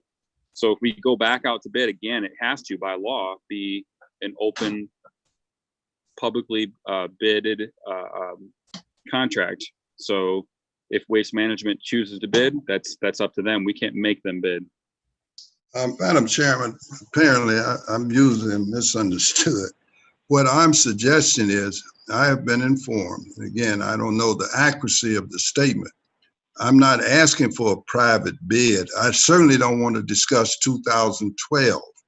What I'm talking about is we're on an option year, as I understand it, and we seem to go all over the place. The option would, as I understand it, the contract option we're under would end May the 21st. Let's do a public bid. What I understand, there was some confusion between the previous special administrator and Waste Management. And as I indicated, I will apologize if that statement is untrue.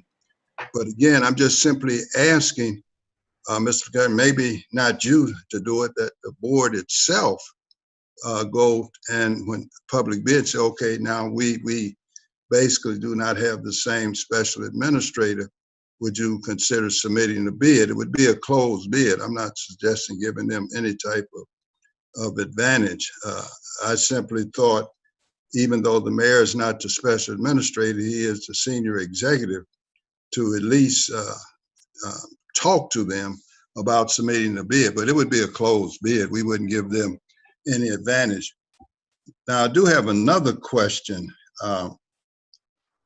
In terms of what we're doing here, and then I'm gonna be quiet and let you guys do whatever you want to do, and I simply will cast a vote when you come to the end. I do not believe that we should make the sanitary district whole for the failure of the special administrator, the director, and the board to put that 3% acceleration on there. It makes no sense to me. When you do something, make a unilateral decision independent of the other party, then that's your decision. So again, no matter what we compute, I'd like to know what's happening with that escalation clause. I think they're asking us to make them whole. That may not be, at least it's clear to me, but it may not be clear to the council. Their fees and expenses have not went up if we leave certain years out. I think since that's been paid, they certainly should pay that.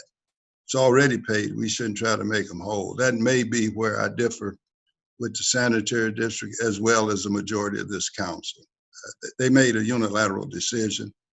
The people of this community was not aware. I do not believe the previous council was aware. If it was aware, it didn't say anything. I'm talking about 18, 19, and certainly going into 20, we were here. So those are my only 2 concerns. Once you set the fee, then anything I have suggested will be worked upon. We will do the best we can, but set the fee, and then we know, and I think that's been my position. I'm surprised the mayor did agree with that. Set a fee, and then we know where we are. you make that determination. And then I will look at some of the things, but I think we should be very concerned about this escalation, 3%, that it's not being considered as part of what we're doing. Thank you, Councilman Lay. I just want to, I guess, just bring it up. The options that was proposed to us, you know, from our last committee meeting did not include any form of, I guess, reconciliation for the previous 3% miss from 2018, 19, and 20. Well, what's triggering it going from 16 to 12, if 16 to 28, if that's not in there? Well, no, that's the original. Now, the original that was attached to the legislation, it did. That 28, 25, it did include that. But the yes, three options. Right. I'm saying forget option 3. Let's knock out those 3 years, 18, 19, and 20, where that escalation and what now they do everything, but that's not in there. They have to eat that. Yeah, so the other option. One way or another, they have to eat it. The court would make them eat it too. Yes, sir. So the other options that we have does not include that. Does not include the 3%. But as I understand this, and again, apologize, I will speak very little to the council starting, I guess, today. What I'm asking in those other ones, are you changing the services? That's the question. So you can make it $1 if you change the services. In the second option, are you changing the services to the city of Gary? So the third option that second option for a moment. Just what happens on the second option? Yeah. So in the second option, the services that are provided to the city are not included. What is included? What is included is the I guess you can say the 12%. A makeup for the 12% miss in terms of collection rate. So they have an 88% collection rate, and so they assess like a 12%. No, I understand that. I understand that. I'm only interested in this escalation clause. In the third option, is it in there, this escalation clause? No, sir, it is not. And the services are included. Oh, it's not in there, okay.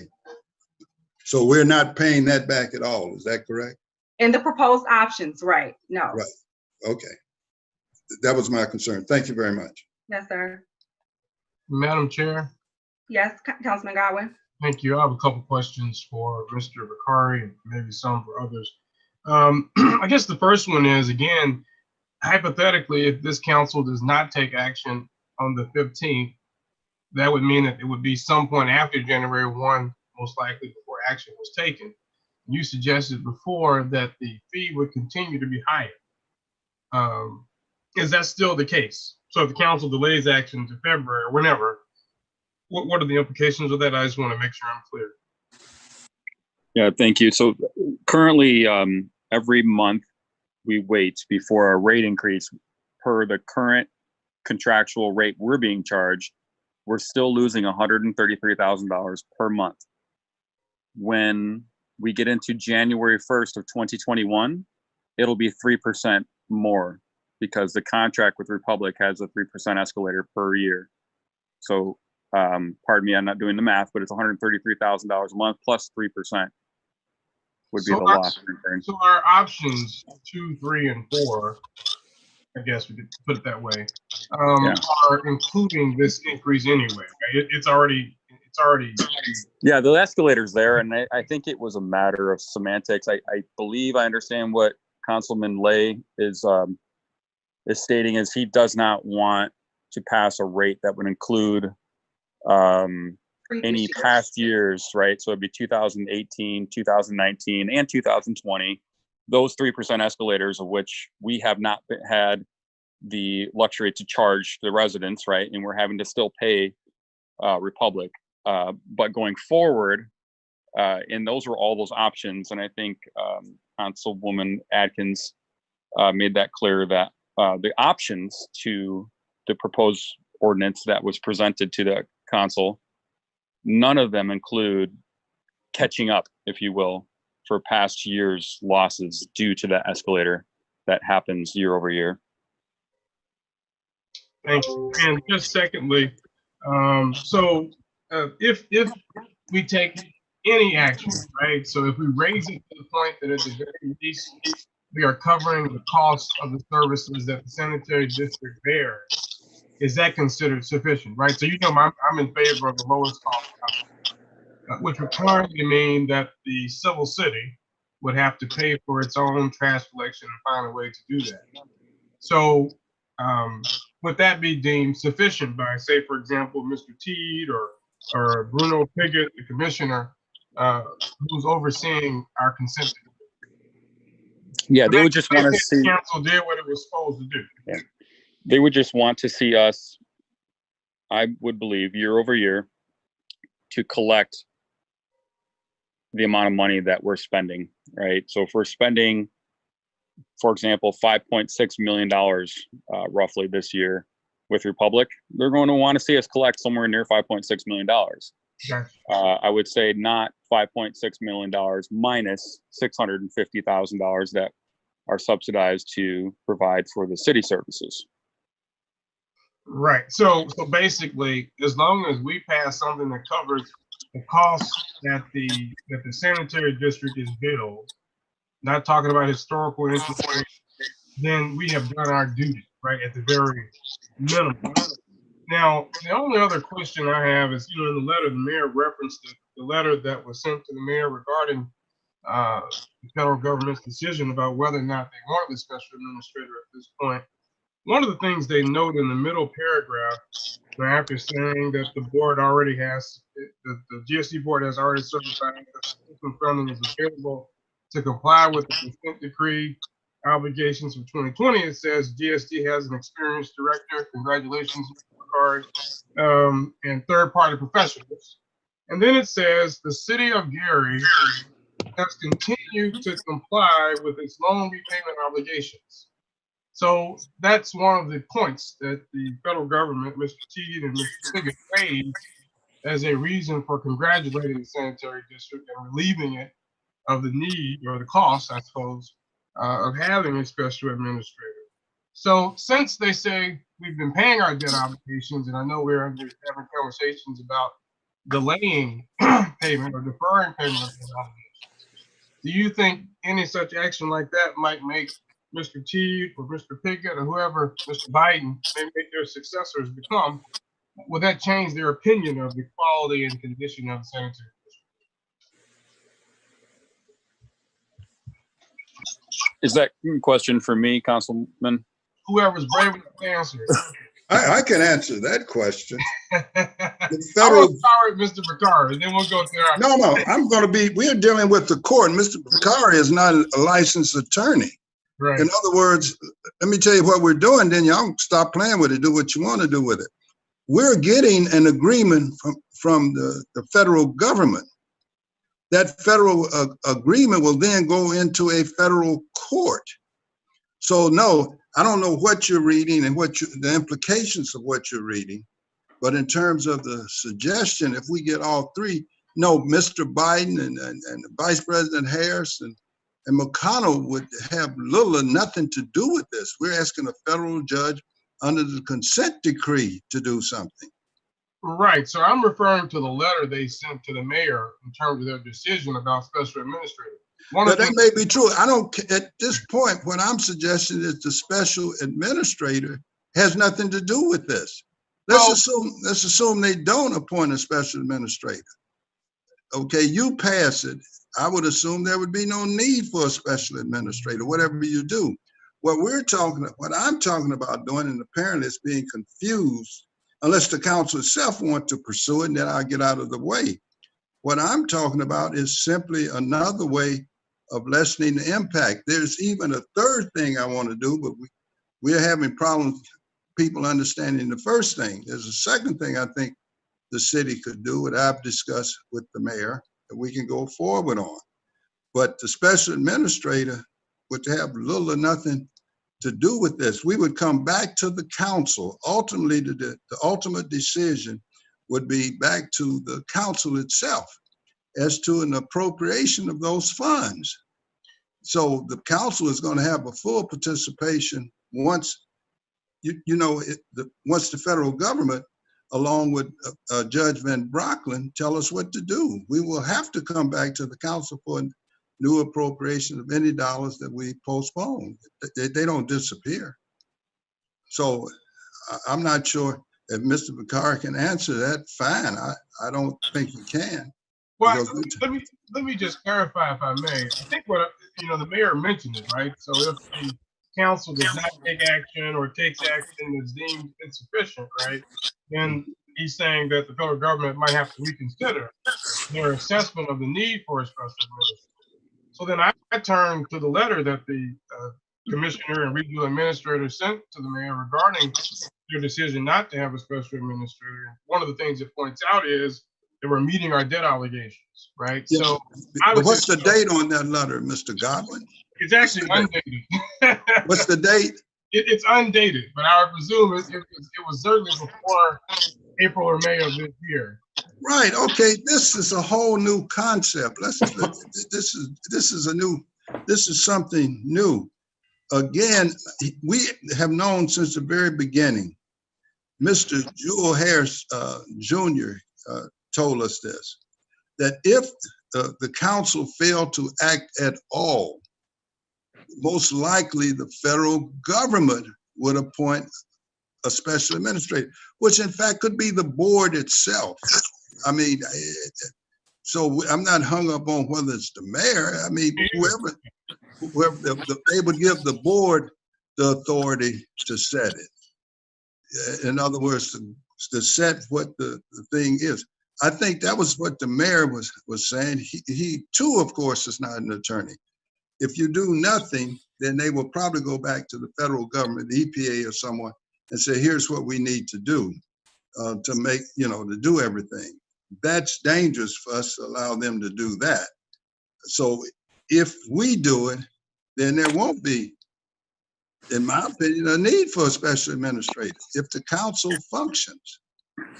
Right, and I guess my only concern was that they're saying, I guess my question for Mr. Vicari is that if we stop meeting certain debt obligations, is that a negative for the sanitary district as it relates to the federal government's assessment of the performance of the sanitary district under the consent decree?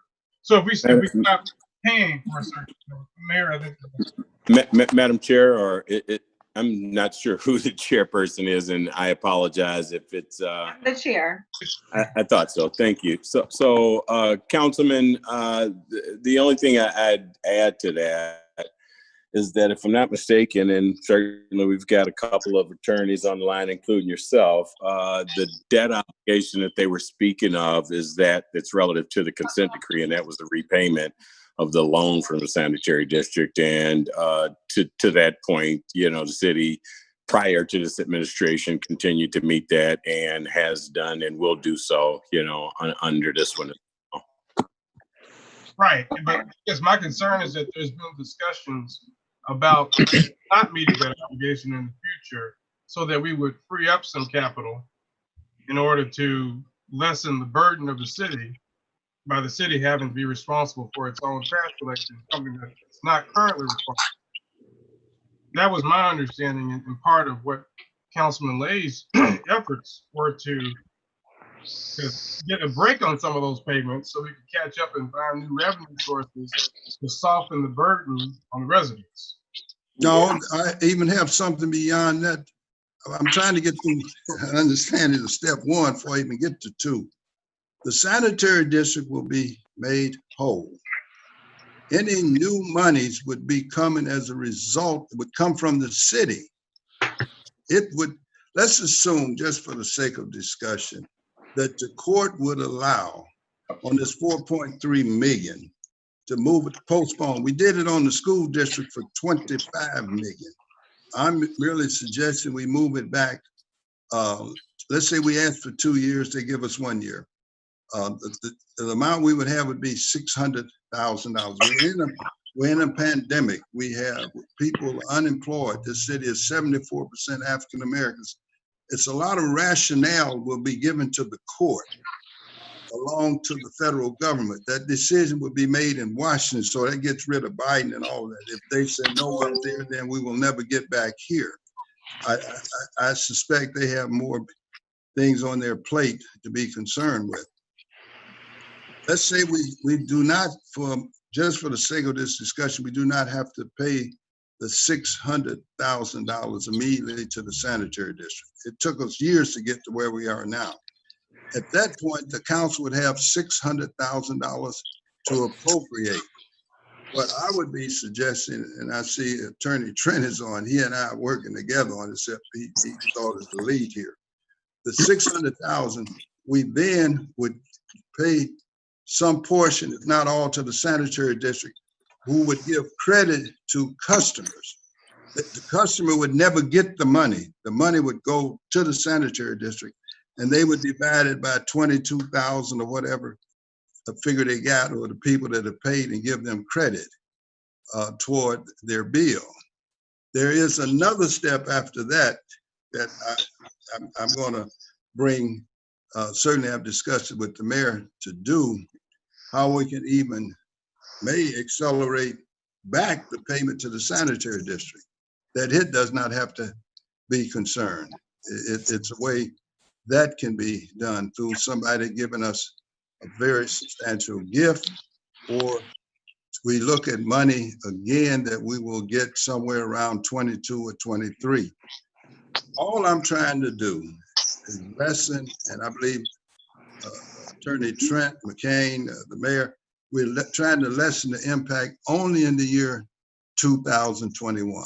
This is not a panacea for life. This is just simply this year, because of the referendum has been passed, which the majority of this council voted for, and is through. It'll come on in July, as I understand it. I would assume NIPSCO is going to come on soon. I would suspect January the 1st. Go ahead, Mr. Lay. Well, Mr. Lay, if we do that, so what you're saying, if we just pay the whole fee that they're asking for, and they'll get a credit down the line then? No, do what you want to do. No, I'm trying to understand what you're saying. When you talk about a credit, I was trying to understand what you were saying about this. No, credit. if the council decided, and I'm an accountant as well as a lawyer, I understand exactly, and it's sometimes difficult to maybe explain it all to lay people. What would happen if, and I think the federal government may be willing to take step one, we would immediately be able to appropriate that money to go to the sanitary district. Just a dollar would go over there. They would divide that dollar and reduce, it would be a credit back to the customer. Now, whatever you set it at, my plan is going to function anyway. It has nothing to do with the amount. It will be an attempt to function. I do not believe the sanitary district will be hurt at all by the postponement. Assuming the step two that I'm not going to even bring up now, where we would go and try to recapture even those dollars, and we would not have to necessarily have the postponement. It's a two-pronged attack on lessening the impact. That's all it is. And I'm only giving you one at this point, because the other one would be even probably more confusing exactly how it will work out. So again, once you pass it, whatever you pass, we will continue to work. My only position has been from the very beginning, I do not want to lessen what's done to the residents. Now, if you're talking about taking away from the beach and stuff like that, I'm not overly concerned with that. But I am concerned with the residents, or whatever you would want to take away. And I notice my president is laughing. It's not the beach. I don't go to the beach. I couldn't go to the beach here until 1971. But anyway, I know that's hard to believe, but that's the way it works. So, so all I'm suggesting is whatever you pass, no matter what you pass, we will deal with that. We will deal with that. Even if not only we might have to restore services. You see what I mean? In other words, when we go back, we might even say, well, now we have, the mayor has indicated he can't do it presently, which again, he's made me aware of that. He does not have the money presently to do it, or where the money would come from. This plan would allow us to even restore services if that became necessary, depending on what the council would do. We would then give them the money, they would give us more services. Whoever won the bid. That's why, again, I was suggesting we go after all of the bidders and get the best bidder we can have now. Let's start over where we get more than, one bidder, that's all. Thank you, Councilman Lake. Is there any other comments or questions? So Councilwoman Atkins, I want to make sure I'm clear. So which option is it that will make the sanitary whole without the city services piece? Which option is that?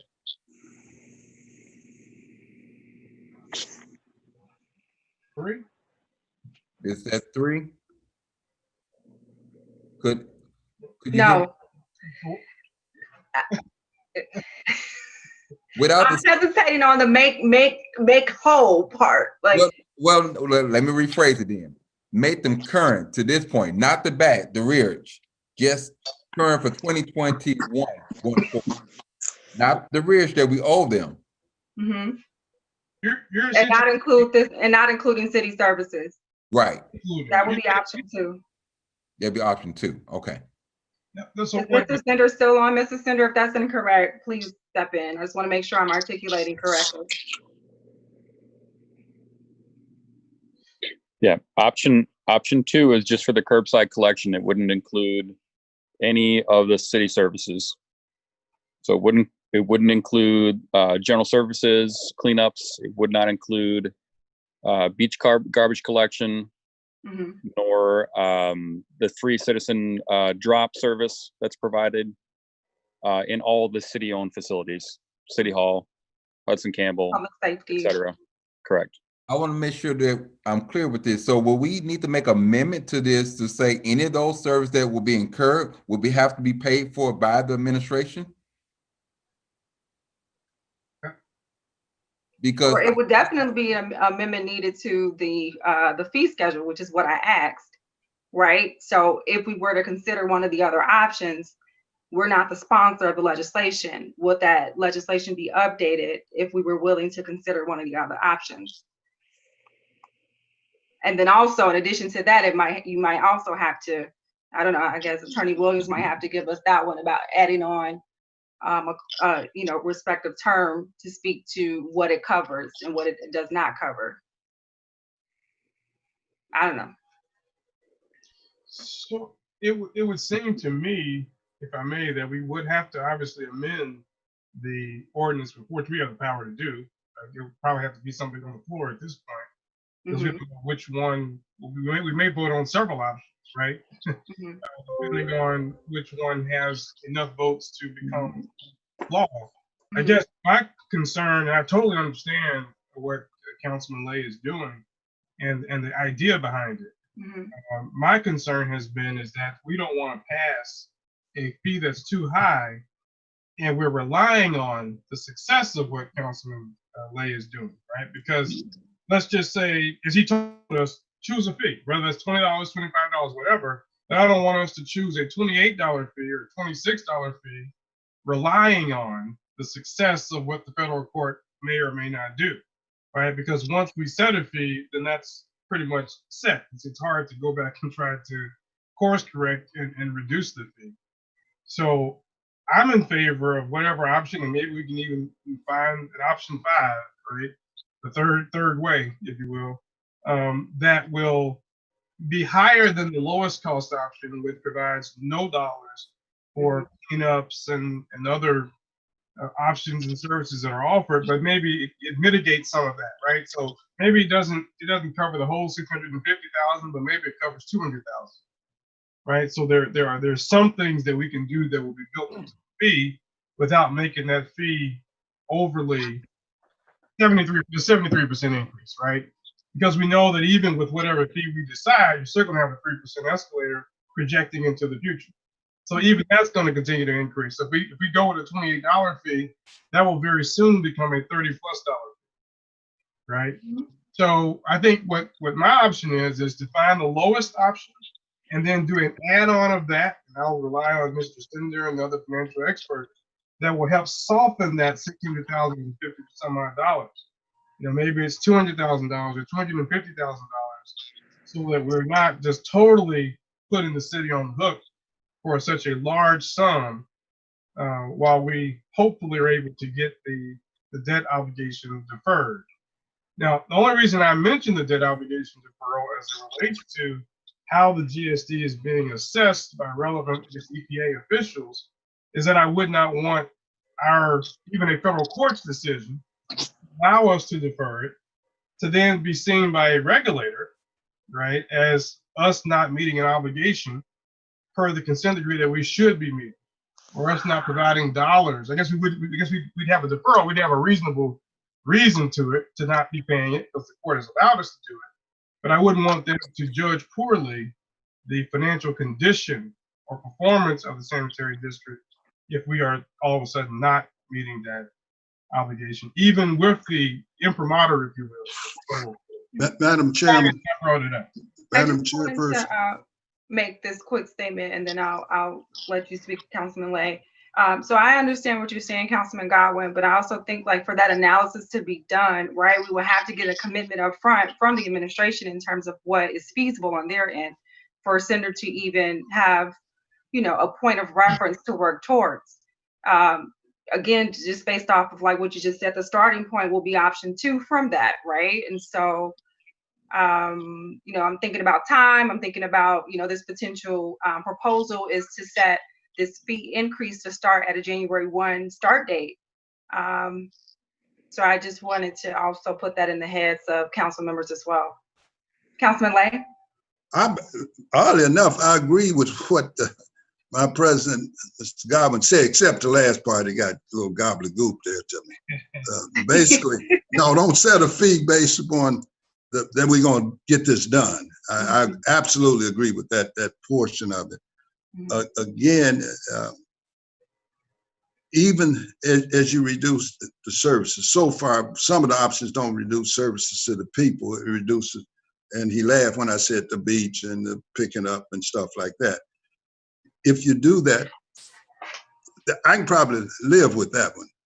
That still gives us time to proceed with what we want to do. The contract with Republic would be that if we were able to restore the difference, whether they would be, or whoever gets the contract, I should say, over at the sanitary district, if we were able to do this, then they restore those services. That would be fine. I can agree with that one.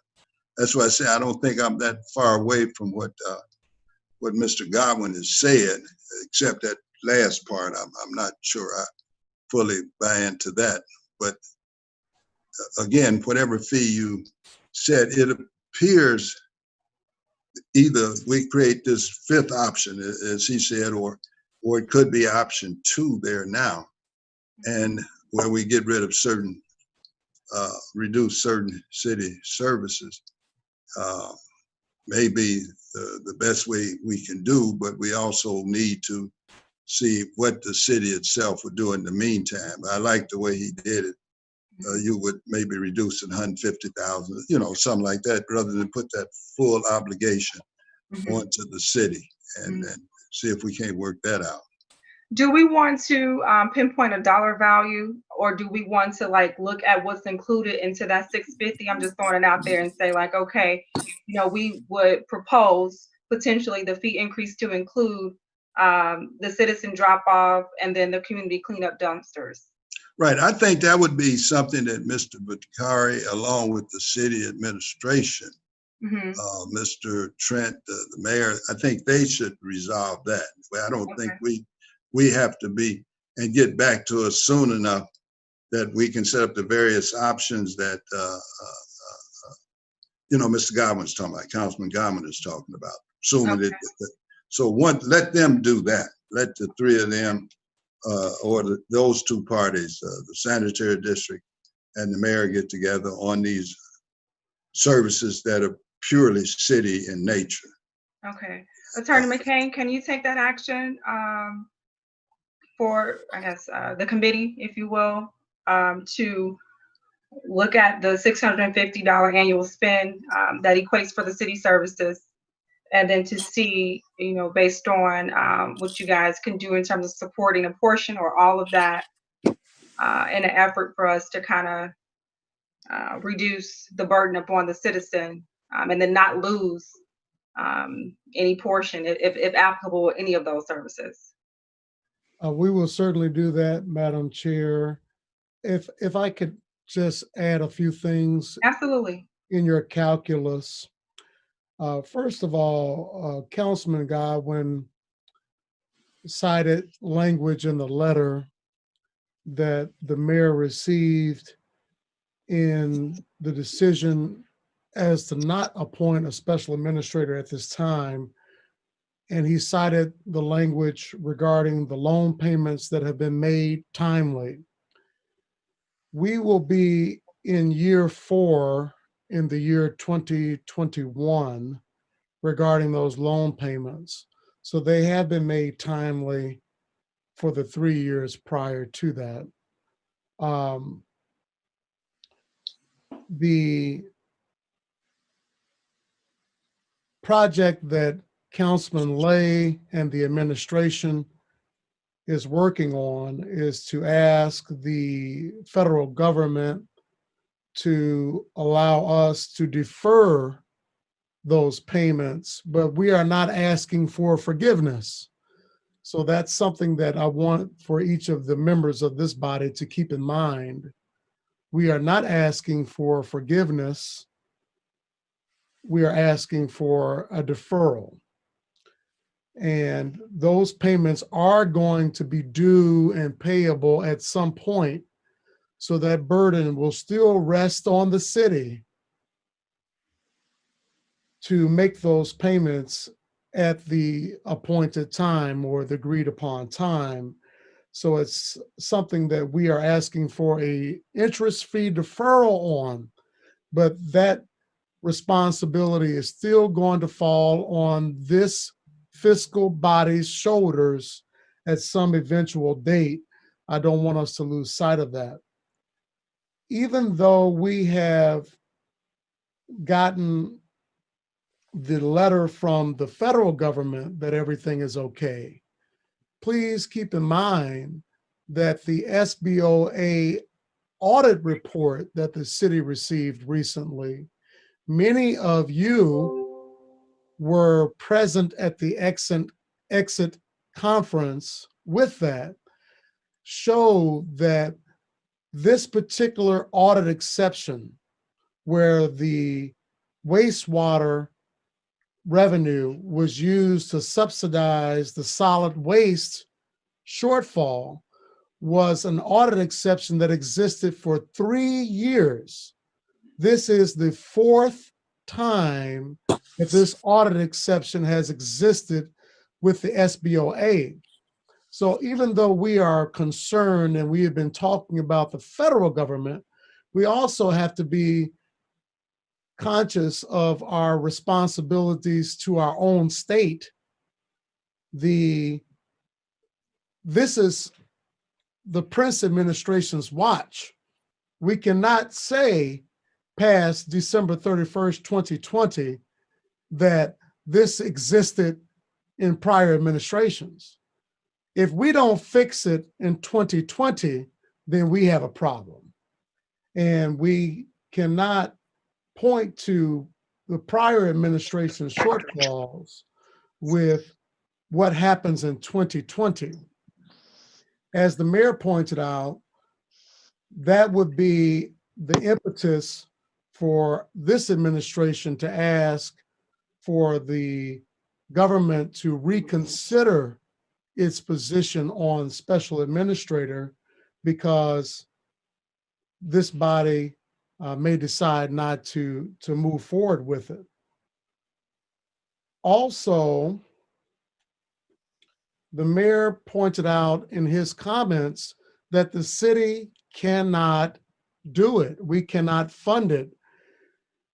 You all are intimately familiar with our budget. You know what we have. We cannot afford to take on over $500,000 additional when the budget that we presented before this council already projected a $3 million shortfall. So to add over $500,000 to that shortfall is certainly not feasible. As the mayor pointed out, we cannot do that.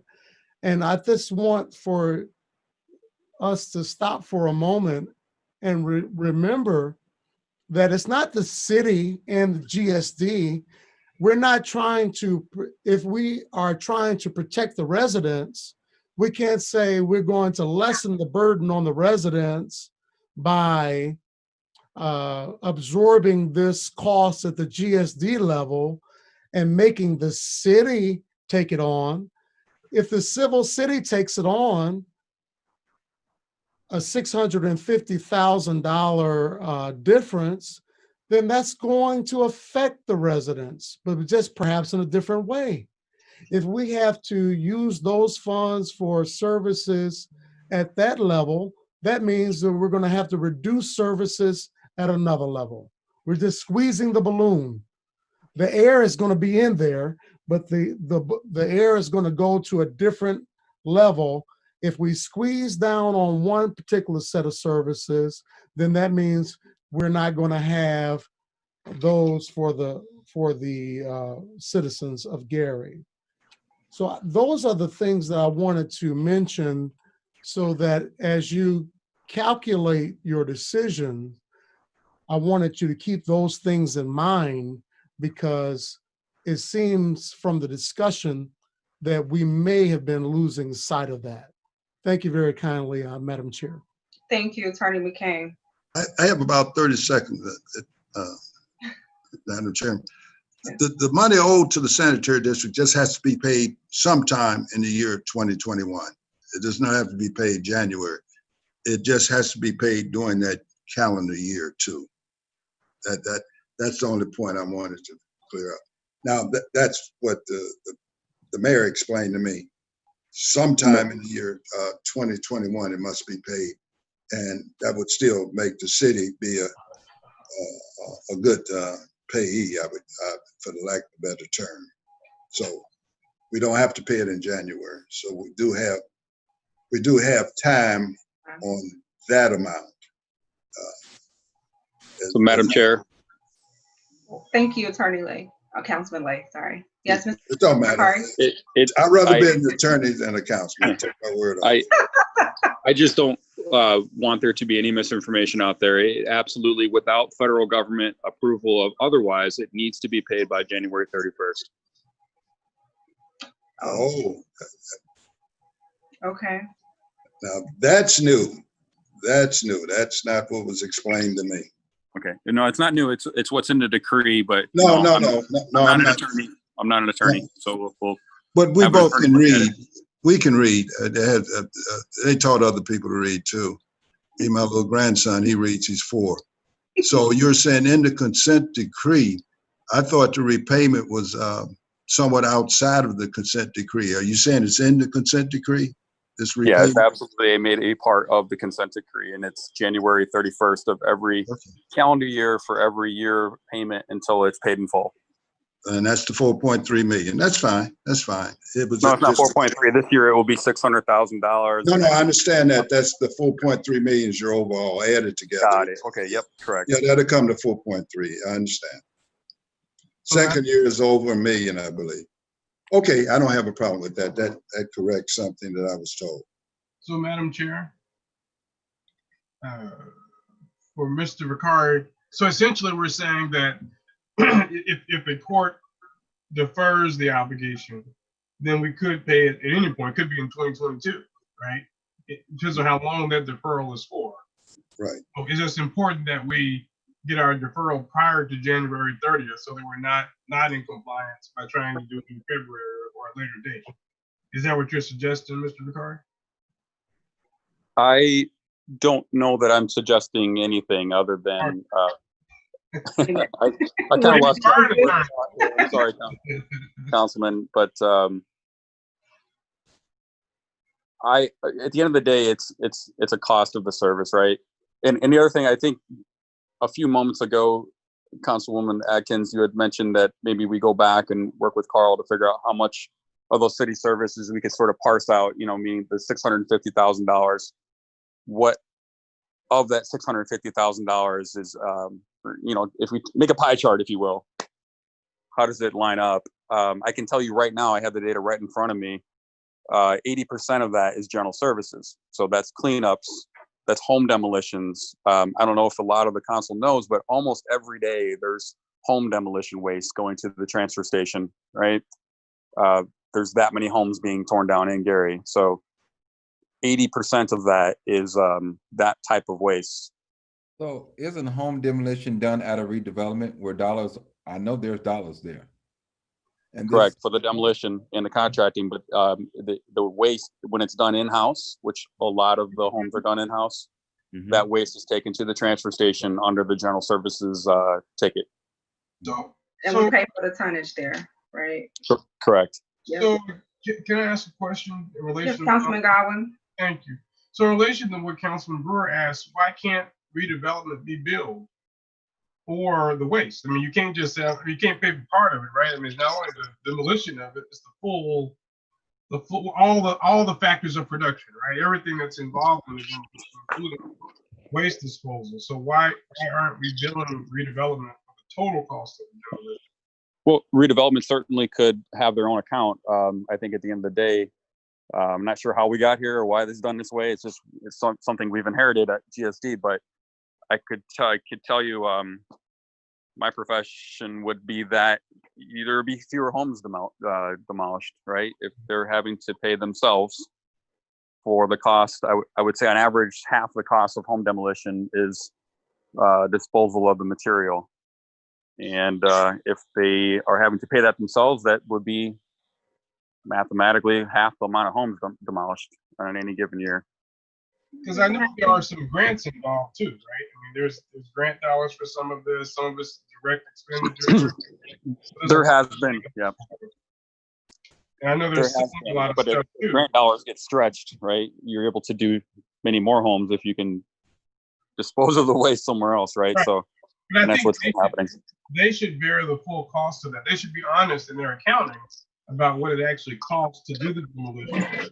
So I think that part of the analysis should factor in what it would look like for them to do all of it. I know there's still farm stuff, right? And so maybe with some of these transactions, they'll have more dollars to pay for the real cost of the demolition. So I think that as the rubber starts to meet the road, to Attorney McCain is very prescient and I think true north point is that at the end of the day, these services have to be paid for. So whatever things we have to do to be creative and flexible, I think we should definitely approach redevelopment on that. And they may have to pay the full cost and just factor that in. So that's all I wanted to say about that. Yeah. And the last thing I did want to just say, I certainly understand what Attorney McCain is saying. He is correct, right? That somehow it's going to have to be paid for.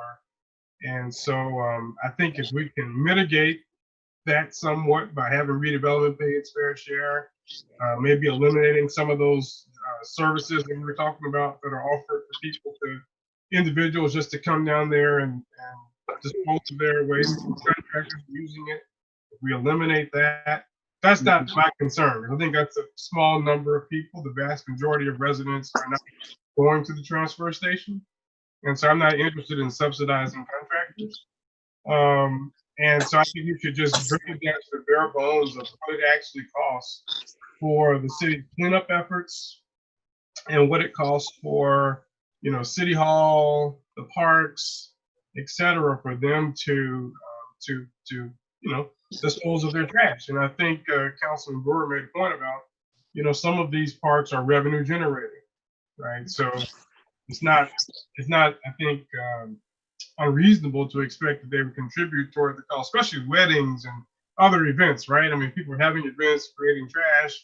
It wouldn't be unreasonable to expect that there would be some payments toward the cost of that. So I would just consider looking at what's absolutely essential, what that number is. And if that's $200,000, it's probably about as high as we could go without driving the rate way up. Then let's factor that in to an additional option on top of that base amount. Thank you. Thank you, Councilman Godwin. So, Mr. Vicardi, in terms of, I guess it's just this one action item, right? Us just being able to do a deeper dive on the services aspect of it, and then potentially trying to do an assessment in terms of what's feasible for the administration or these, respective entities to take responsibility for in-house, and then what will leave as the pass-through for the resident. How soon do you think, in working with you, the administration, possibly Mr. Senator, that you guys can get back to us with that information? I mean, I could get you the breakdown tonight. We have it. I'm not trying to be funny, but yeah, I mean that's the information we have. So what you have, so you would just do like the percentages and then take that based on the total, the 650? Sure. So what just to tell you how we have it, every month Republic sends us a bill, and in that bill is a breakdown based on the waste stream. So we have it broken down by beaches, parks. Okay, yeah. Level detail. All the city facilities, right? Meaning the vertical construction facilities. Then we have general services. Only problem with general services is not broken out by redevelopment because they all tend to share trucks and resources. So a house being torn down, it's no different than a cleanup. I can't really parse that out, but we could though go back and ask them, how many homes they've taken down, and the weight doesn't really fluctuate that much. So we'd be able to have a good estimate of how much of that general services came from home demolition versus cleanups. But yeah, we can break it all down. The citizen drop too is all broken down, Okay. even by west and east side of the city. All right, so I think that's great. If you can break that down and send it to, all stakeholders, and especially, I'm going to pinpoint Attorney McCain since he is representing administration still. And I think just as important to note, this only works if the administration agrees to the proposal in terms of bringing some of those services in-house. If redevelopment takes their piece of the pie as it relates to the degree, and then they accept responsibility for that. So, Attorney McCain, I'm just going to lean on you to kind of get back to us as well in terms of the thoughts of the administration once you see the breakdown that will be provided from GSD. Thank you.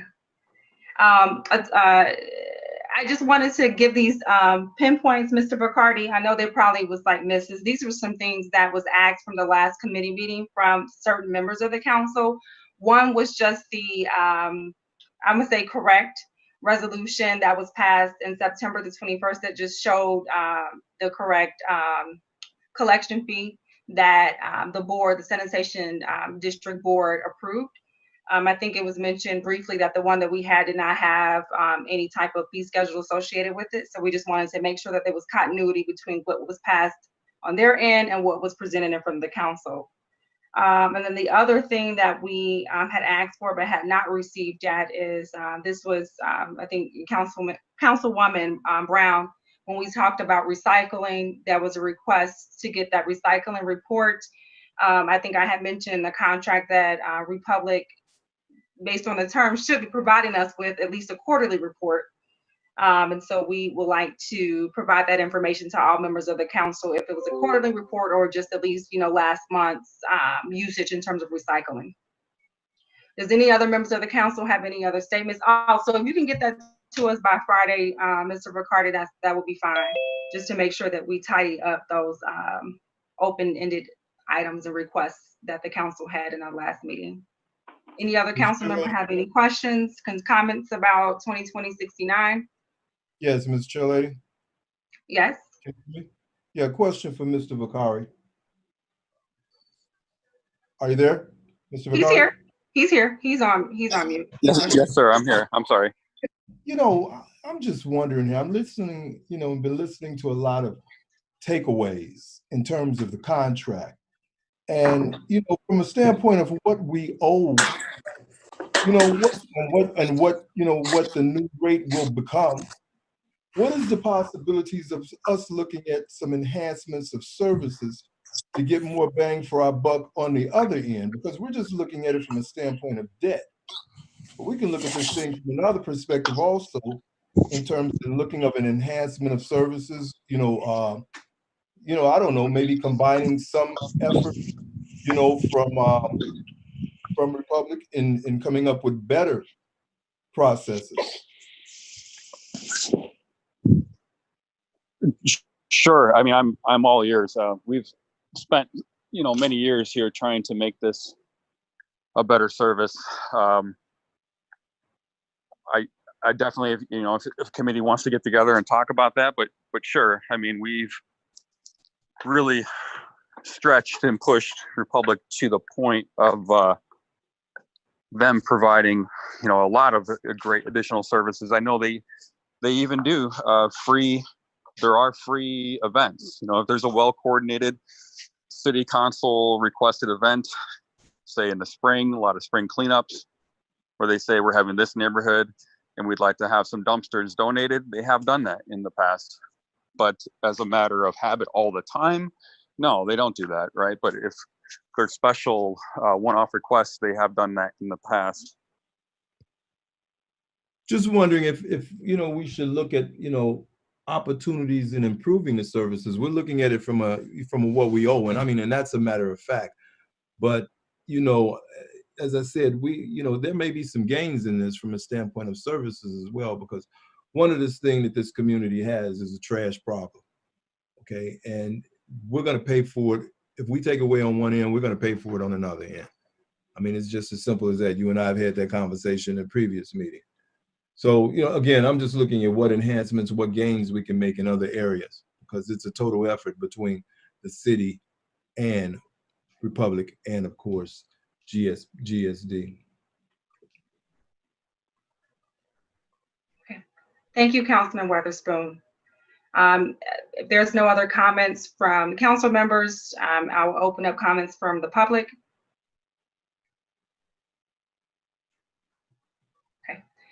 Seeing none, and we will move on to the next ordinance. CPO 2020-77. This is the ordinance for the city of Gary, Indiana, amending the fee schedule ordinance, which the old ordinance is 8968, by increasing and establishing fees for the city of Gary departments. Not sure who from the administration. It's sponsored by Mayor Jerome Prince. Who's from the administration will be giving the overview? I can give the overview. This is Attorney Paul. Okay, go ahead, Attorney Paul. Yeah, so this is the fee schedule ordinance that we've I think since I've been here, I think we've only amended it. This will be the second time, or maybe the third time now. But ultimately, what we're looking at and what the administration has been looking at is trying to figure out which fees need to be updated according to both the workload and need, maybe the changes in technology, and the changes in services that are provided thereby. So in looking at the ordinance as proposed, I have provided the council with an outline of the changes, both with the original version, with the actual strike-throughs, and then the bolded sections that are the newer parts, and then a clean version, and then a memo overview that breaks that down. So going through department by department, and looking at the building department, we have an amendment whereby all building permits, all building permit inspection related work now is across the board is $50. Before the previous ordinance, had things that were broken down differently, and it really kind of just was monotonous. A lot of the work is, the work is mostly very, very similar. So you'll see the same thing with the next section, which is, that all permits, plumbing, electrical, HVAC, asbestos removal are all now based on the valuation of the project. That is, again, that kind of goes in line with what we had done the last time we'd amended the ordinance, which was based that on the cost recovery. So essentially, looking at the project, looking how much work's going to be involved, looking how much of an inspection is going to be needed, and what is going to be required of the actual department. This kind of handles this across the board, whereby the valuation of the project determines how much the actual project or how much the permit is going to cost. So individual types of permits are going to be removed from the fee schedule. Obviously, they'll still be handed out as electrical, plumbing, HVAC permits, But as far as the fee schedule is concerned, in order to kind of streamline things and right, I guess, right size the ordinance, making that just kind of across the board we're trying to clean that up. Additionally, one of the things that was previously left out of the left out of the fee schedule ordinance was the rental registration fees, and the late fees thereby are there included.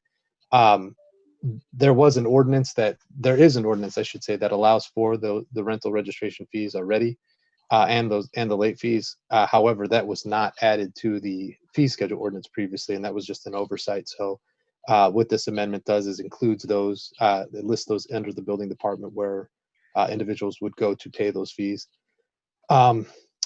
Furthermore, there's also the contractor's license exam fee. That again is an ordinance that was a fee that had already been included and had already been being charged for a while going back, but it was, in looking at the ordinance, the building commissioner had pointed out that was not included in the fee schedule ordinance.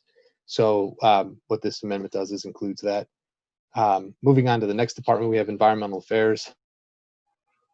I believe we have Pete Julich and or Ms. Brenda Scott Henry. I know that they were previously on some of the previous committees, but in speaking with their department, they have amended their fees for the various permits, inspections, and increased across the board. Those permits and fees have not changed for a long time. They've remained stagnant for a very long time. And so with the need, the administrative need and the administrative costs involved, they've updated their fees accordingly. In addition to that, they also include a prescribed burn permit as opposed to an open burn or special burn permit, which previously had no fee.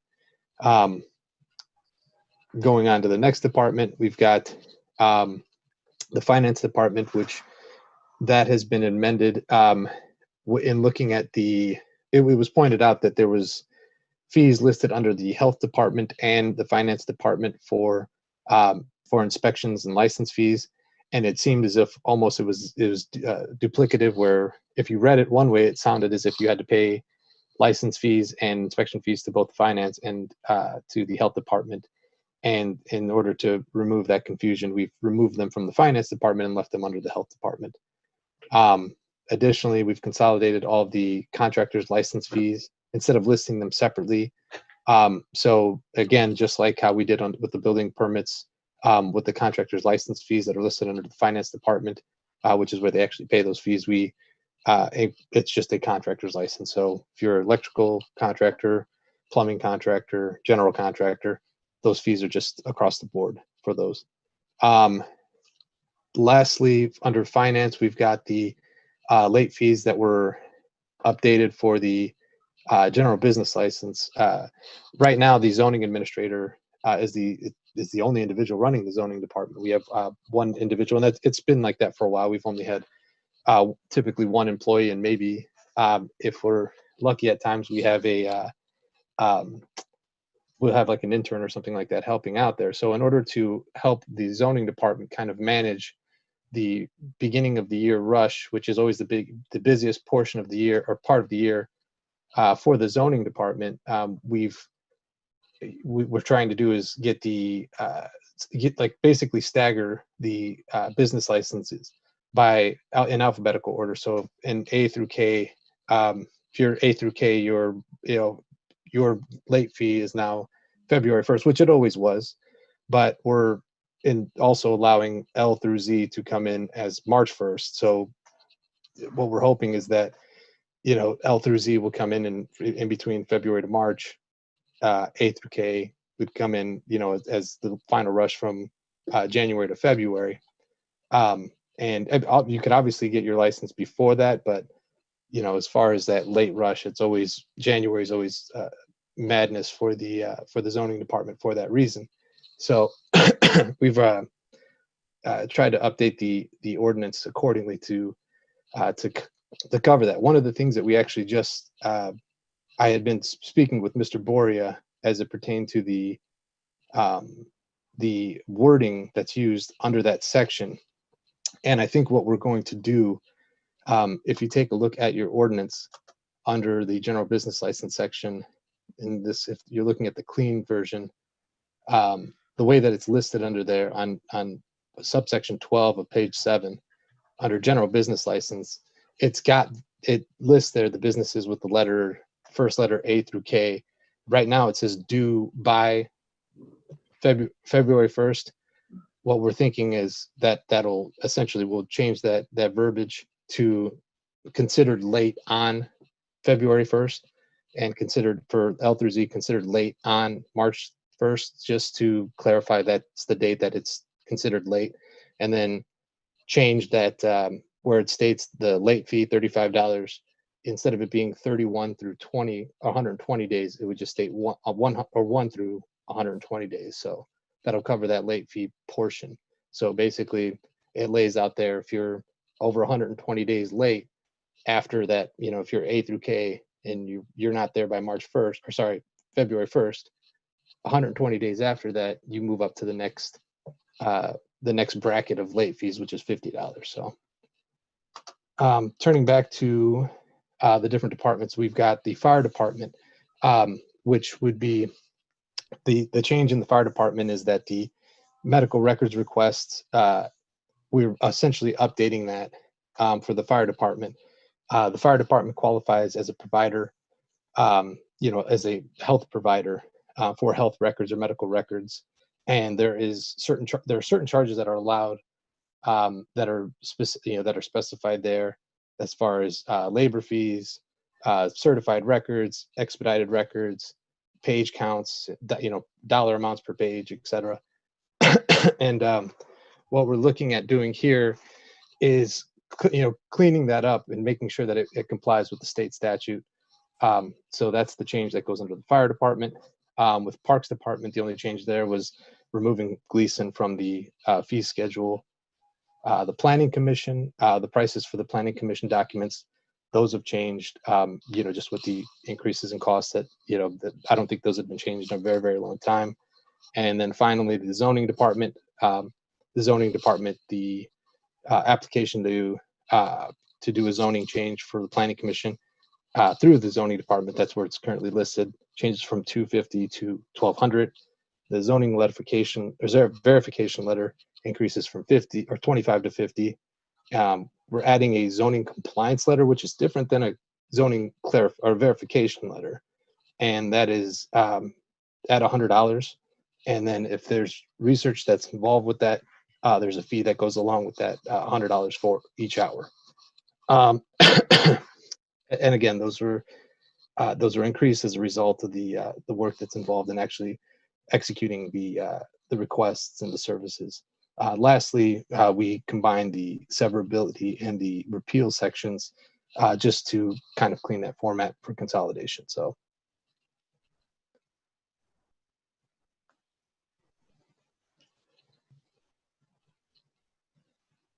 Madam Chair.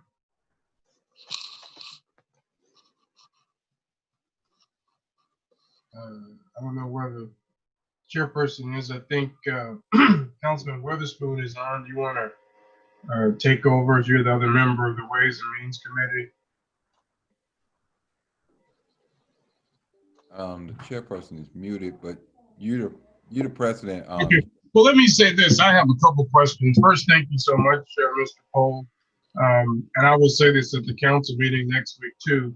I think that in the future, and I'm not blaming you in any way, this is something we may want to have to begin a little earlier, right, in the year, given that these fees technically go into effect for some of them in less than 30 days. So if we wanted to do a certain kind of analysis, recommend certain changes, we're kind of time limited, not to a degree. So in the future, if we could maybe get these along with the budget, or maybe even, we know we're going to have fees, right? Maybe even in the summer, so that we can just start working on that a little earlier. One of the things that I campaigned on and still feel strongly about, I'm not sure if this is the appropriate year to do it or not, but I don't like the idea of a flat fee for all businesses. Councilman Lay is a business owner. I'm a business owner. Councilman Brewer is a business owner. And I believe I can say that we run businesses that are not large, right? That don't have 100 employees, don't bring in, maybe, I don't know Councilman Lay, but don't bring in millions of dollars every year. Our businesses don't have, significant impact on the streets, or we don't make big demands of city services. But we know that there are many businesses that do. And one of the things that I want us to look at, if not this year, in the future, in the near future, is a graduated schedule for the business license fee. I just don't think it makes sense for, one person law office or a small real estate brokerage or a mom and pop shop to pay the same $100 that hypothetically U.S. Steel might pay, right? Or some of our large trucking companies, which we know have an impact on the roads, or other big organizations in the city. And I know some cities have a tiered structure. You can either do it by revenue, which you kind of have an honor system. It's kind of hard to track revenue, but certainly we can look at the Department of Employment and see headcount. So if an organization has more than 50 employees, maybe their fee is $500. If they have more than 150 employees, maybe their fee is $1,000. But we need to do something to make sure that those who use a lot of the resources and have the ability and capacity to give more, that they are paying their fair share. So if there's nothing, I may make a small amendment or try to make an amendment to a small degree to that effect, because I don't think an extra few $100s is going to kill some of these large businesses that make a tremendous amount of revenue, have a tremendous cost on the city, but give very little very often. In terms of to the city, civil city. I know they pay taxes and they employ people, and that's obviously very important, and I respect that. But we do need to have a better fee structure. Lastly, there are nonprofits in the city. I believe strongly in nonprofits, but there are some, especially around the treatment of mental health and other types of facilities where I know from conversations with police officers that they present tremendous demands on police and fire services in terms of the number of calls that go to some of these facilities. I love their mission. It's important, but they're not paying any tax, right? So we're not getting any property tax. Yet there's sometimes I've seen it 200 or 300 calls, 400 calls to just one facility. And that's obviously a tremendous demand on public safety resources, which we know are already limited. And so I'd like for us to legally find a way, in a fair way, to have some kind of, whether it's an impact fee, or a high user fee of city services for some of these certain types of facilities that we know are repeat users of city services, and they do not pay anything into the coffers of the city to recoup those costs. So those are just a few thoughts I wanted to throw out there. I may attempt an amendment on the business license front. I think there's more research to do on the user impact fee prospect that I'm discussing, but just wanted to put that out there. Thank you. Yeah,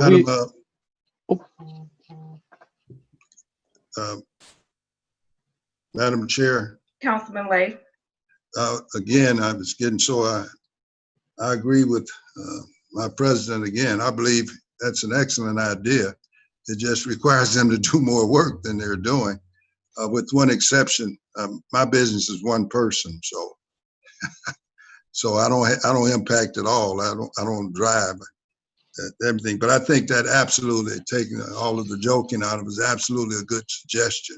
The entire statement he made, and that simply will require the executive branch to do a little bit more than it is doing now. And again, I'm not blaming Attorney Poe. That's the way it's been done in the past, and certainly I didn't agree with it, but I was the attorney, not the councilman at the time. So now I agree with Mr. Godwin. He's right. Assessing a few dollars to a major business is not going to hinder them at all. And so, Attorney Poe, I had two questions relative to what Councilman Lay just said and Councilman Godwin. My question was relative to how do you all assess the analysis in terms of what the fee should be? Are you doing any benchmarking against other municipalities, or what's best practice is used to ensure that we are to scale? So Absolutely. Yeah, just to both to all the council members that have spoke that on this point, the administration is obviously more than willing to work with you on this, and I think it goes hand in hand with kind of how we started to really look at some of these fees as really more of a cost recovery, which is actually one of the sections that we've listed in here, because there's absolutely a need to be fluid with these situations. If you have these rigid amounts, it's very, very difficult. So for example, with the general business license fee, that is something that it's been set for a long period of time. It's been set as at $150 and then $100 renewal. And what goes into that had been looked at as, what is the administrative cost of actually, ensuring that fee, or ensuring that there's a list that's kept, that it's maintained, that there's people that are being, their staff that is the administrative cost of having staff that are keeping track of all of these different businesses that are in the city, who's not complying with it, who are complying, who are not complying with it, that are, what the contact information is for these individuals, and then whether or not they're in good standing. There's actually quite a bit of work that goes into that. But that being said, looking at it from the standpoint of a user fee, it takes that a step further, which obviously we're more than welcome to, or more than willing to work with. So the dollar value that's assessed for fee based on each category is quantified by an internal analysis, you're saying, that incorporates administrative cost? At the ones that we have changed, yes. Some of the costs are probably, as we had stated before with the environmental, for example, when I had inquired into the different departments and said, hey, everybody please take a look at your fees that you're currently charging, for the departmental services or things that you produce for the consumers and the citizens in the city, and take a look at what that actually costs your department, because ultimately at the end of the day, we couldn't just say, okay, well, to have a business license, it's going to cost you $10,000. There's got to be some component to it to where it reflects what the actual administrative costs are on the city, and what the costs are on the, for any services that are provided thereof. So it's got to be reflective of that in some way or another. So the new charges that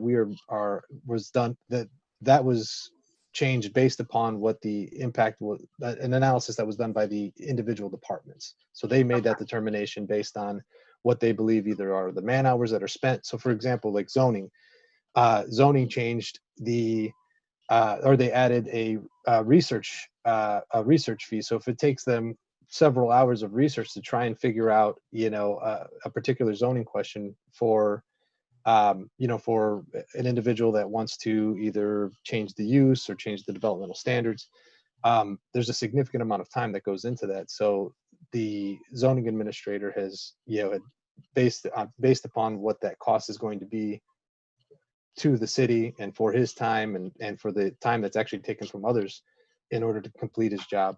That's why that was put together for that. I'm going to recommend that, it's taken a step further. I think benchmarking should be done. We should definitely be assessing ourselves comparable to our neighboring towns to see if, we are, I want to say,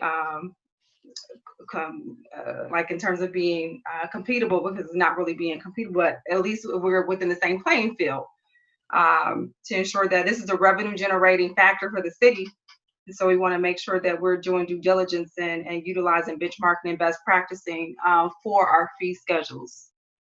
Absolutely. And just to note, we have been benchmarking. I mean, that is one of the things that I did not mention, but as with almost everything that, whenever the city does make changes, or when we're looking at, whether or not there are certain things that need to be amended, we definitely take a look at what our neighbors are doing, what other cities that are, similar to the city of Gary, both in state and out of state.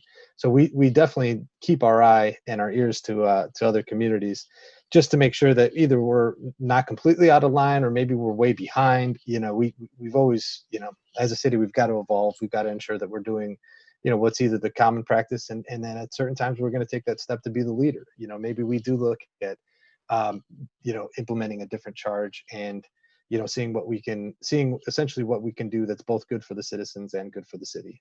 Okay. Any other council members have any comments, questions?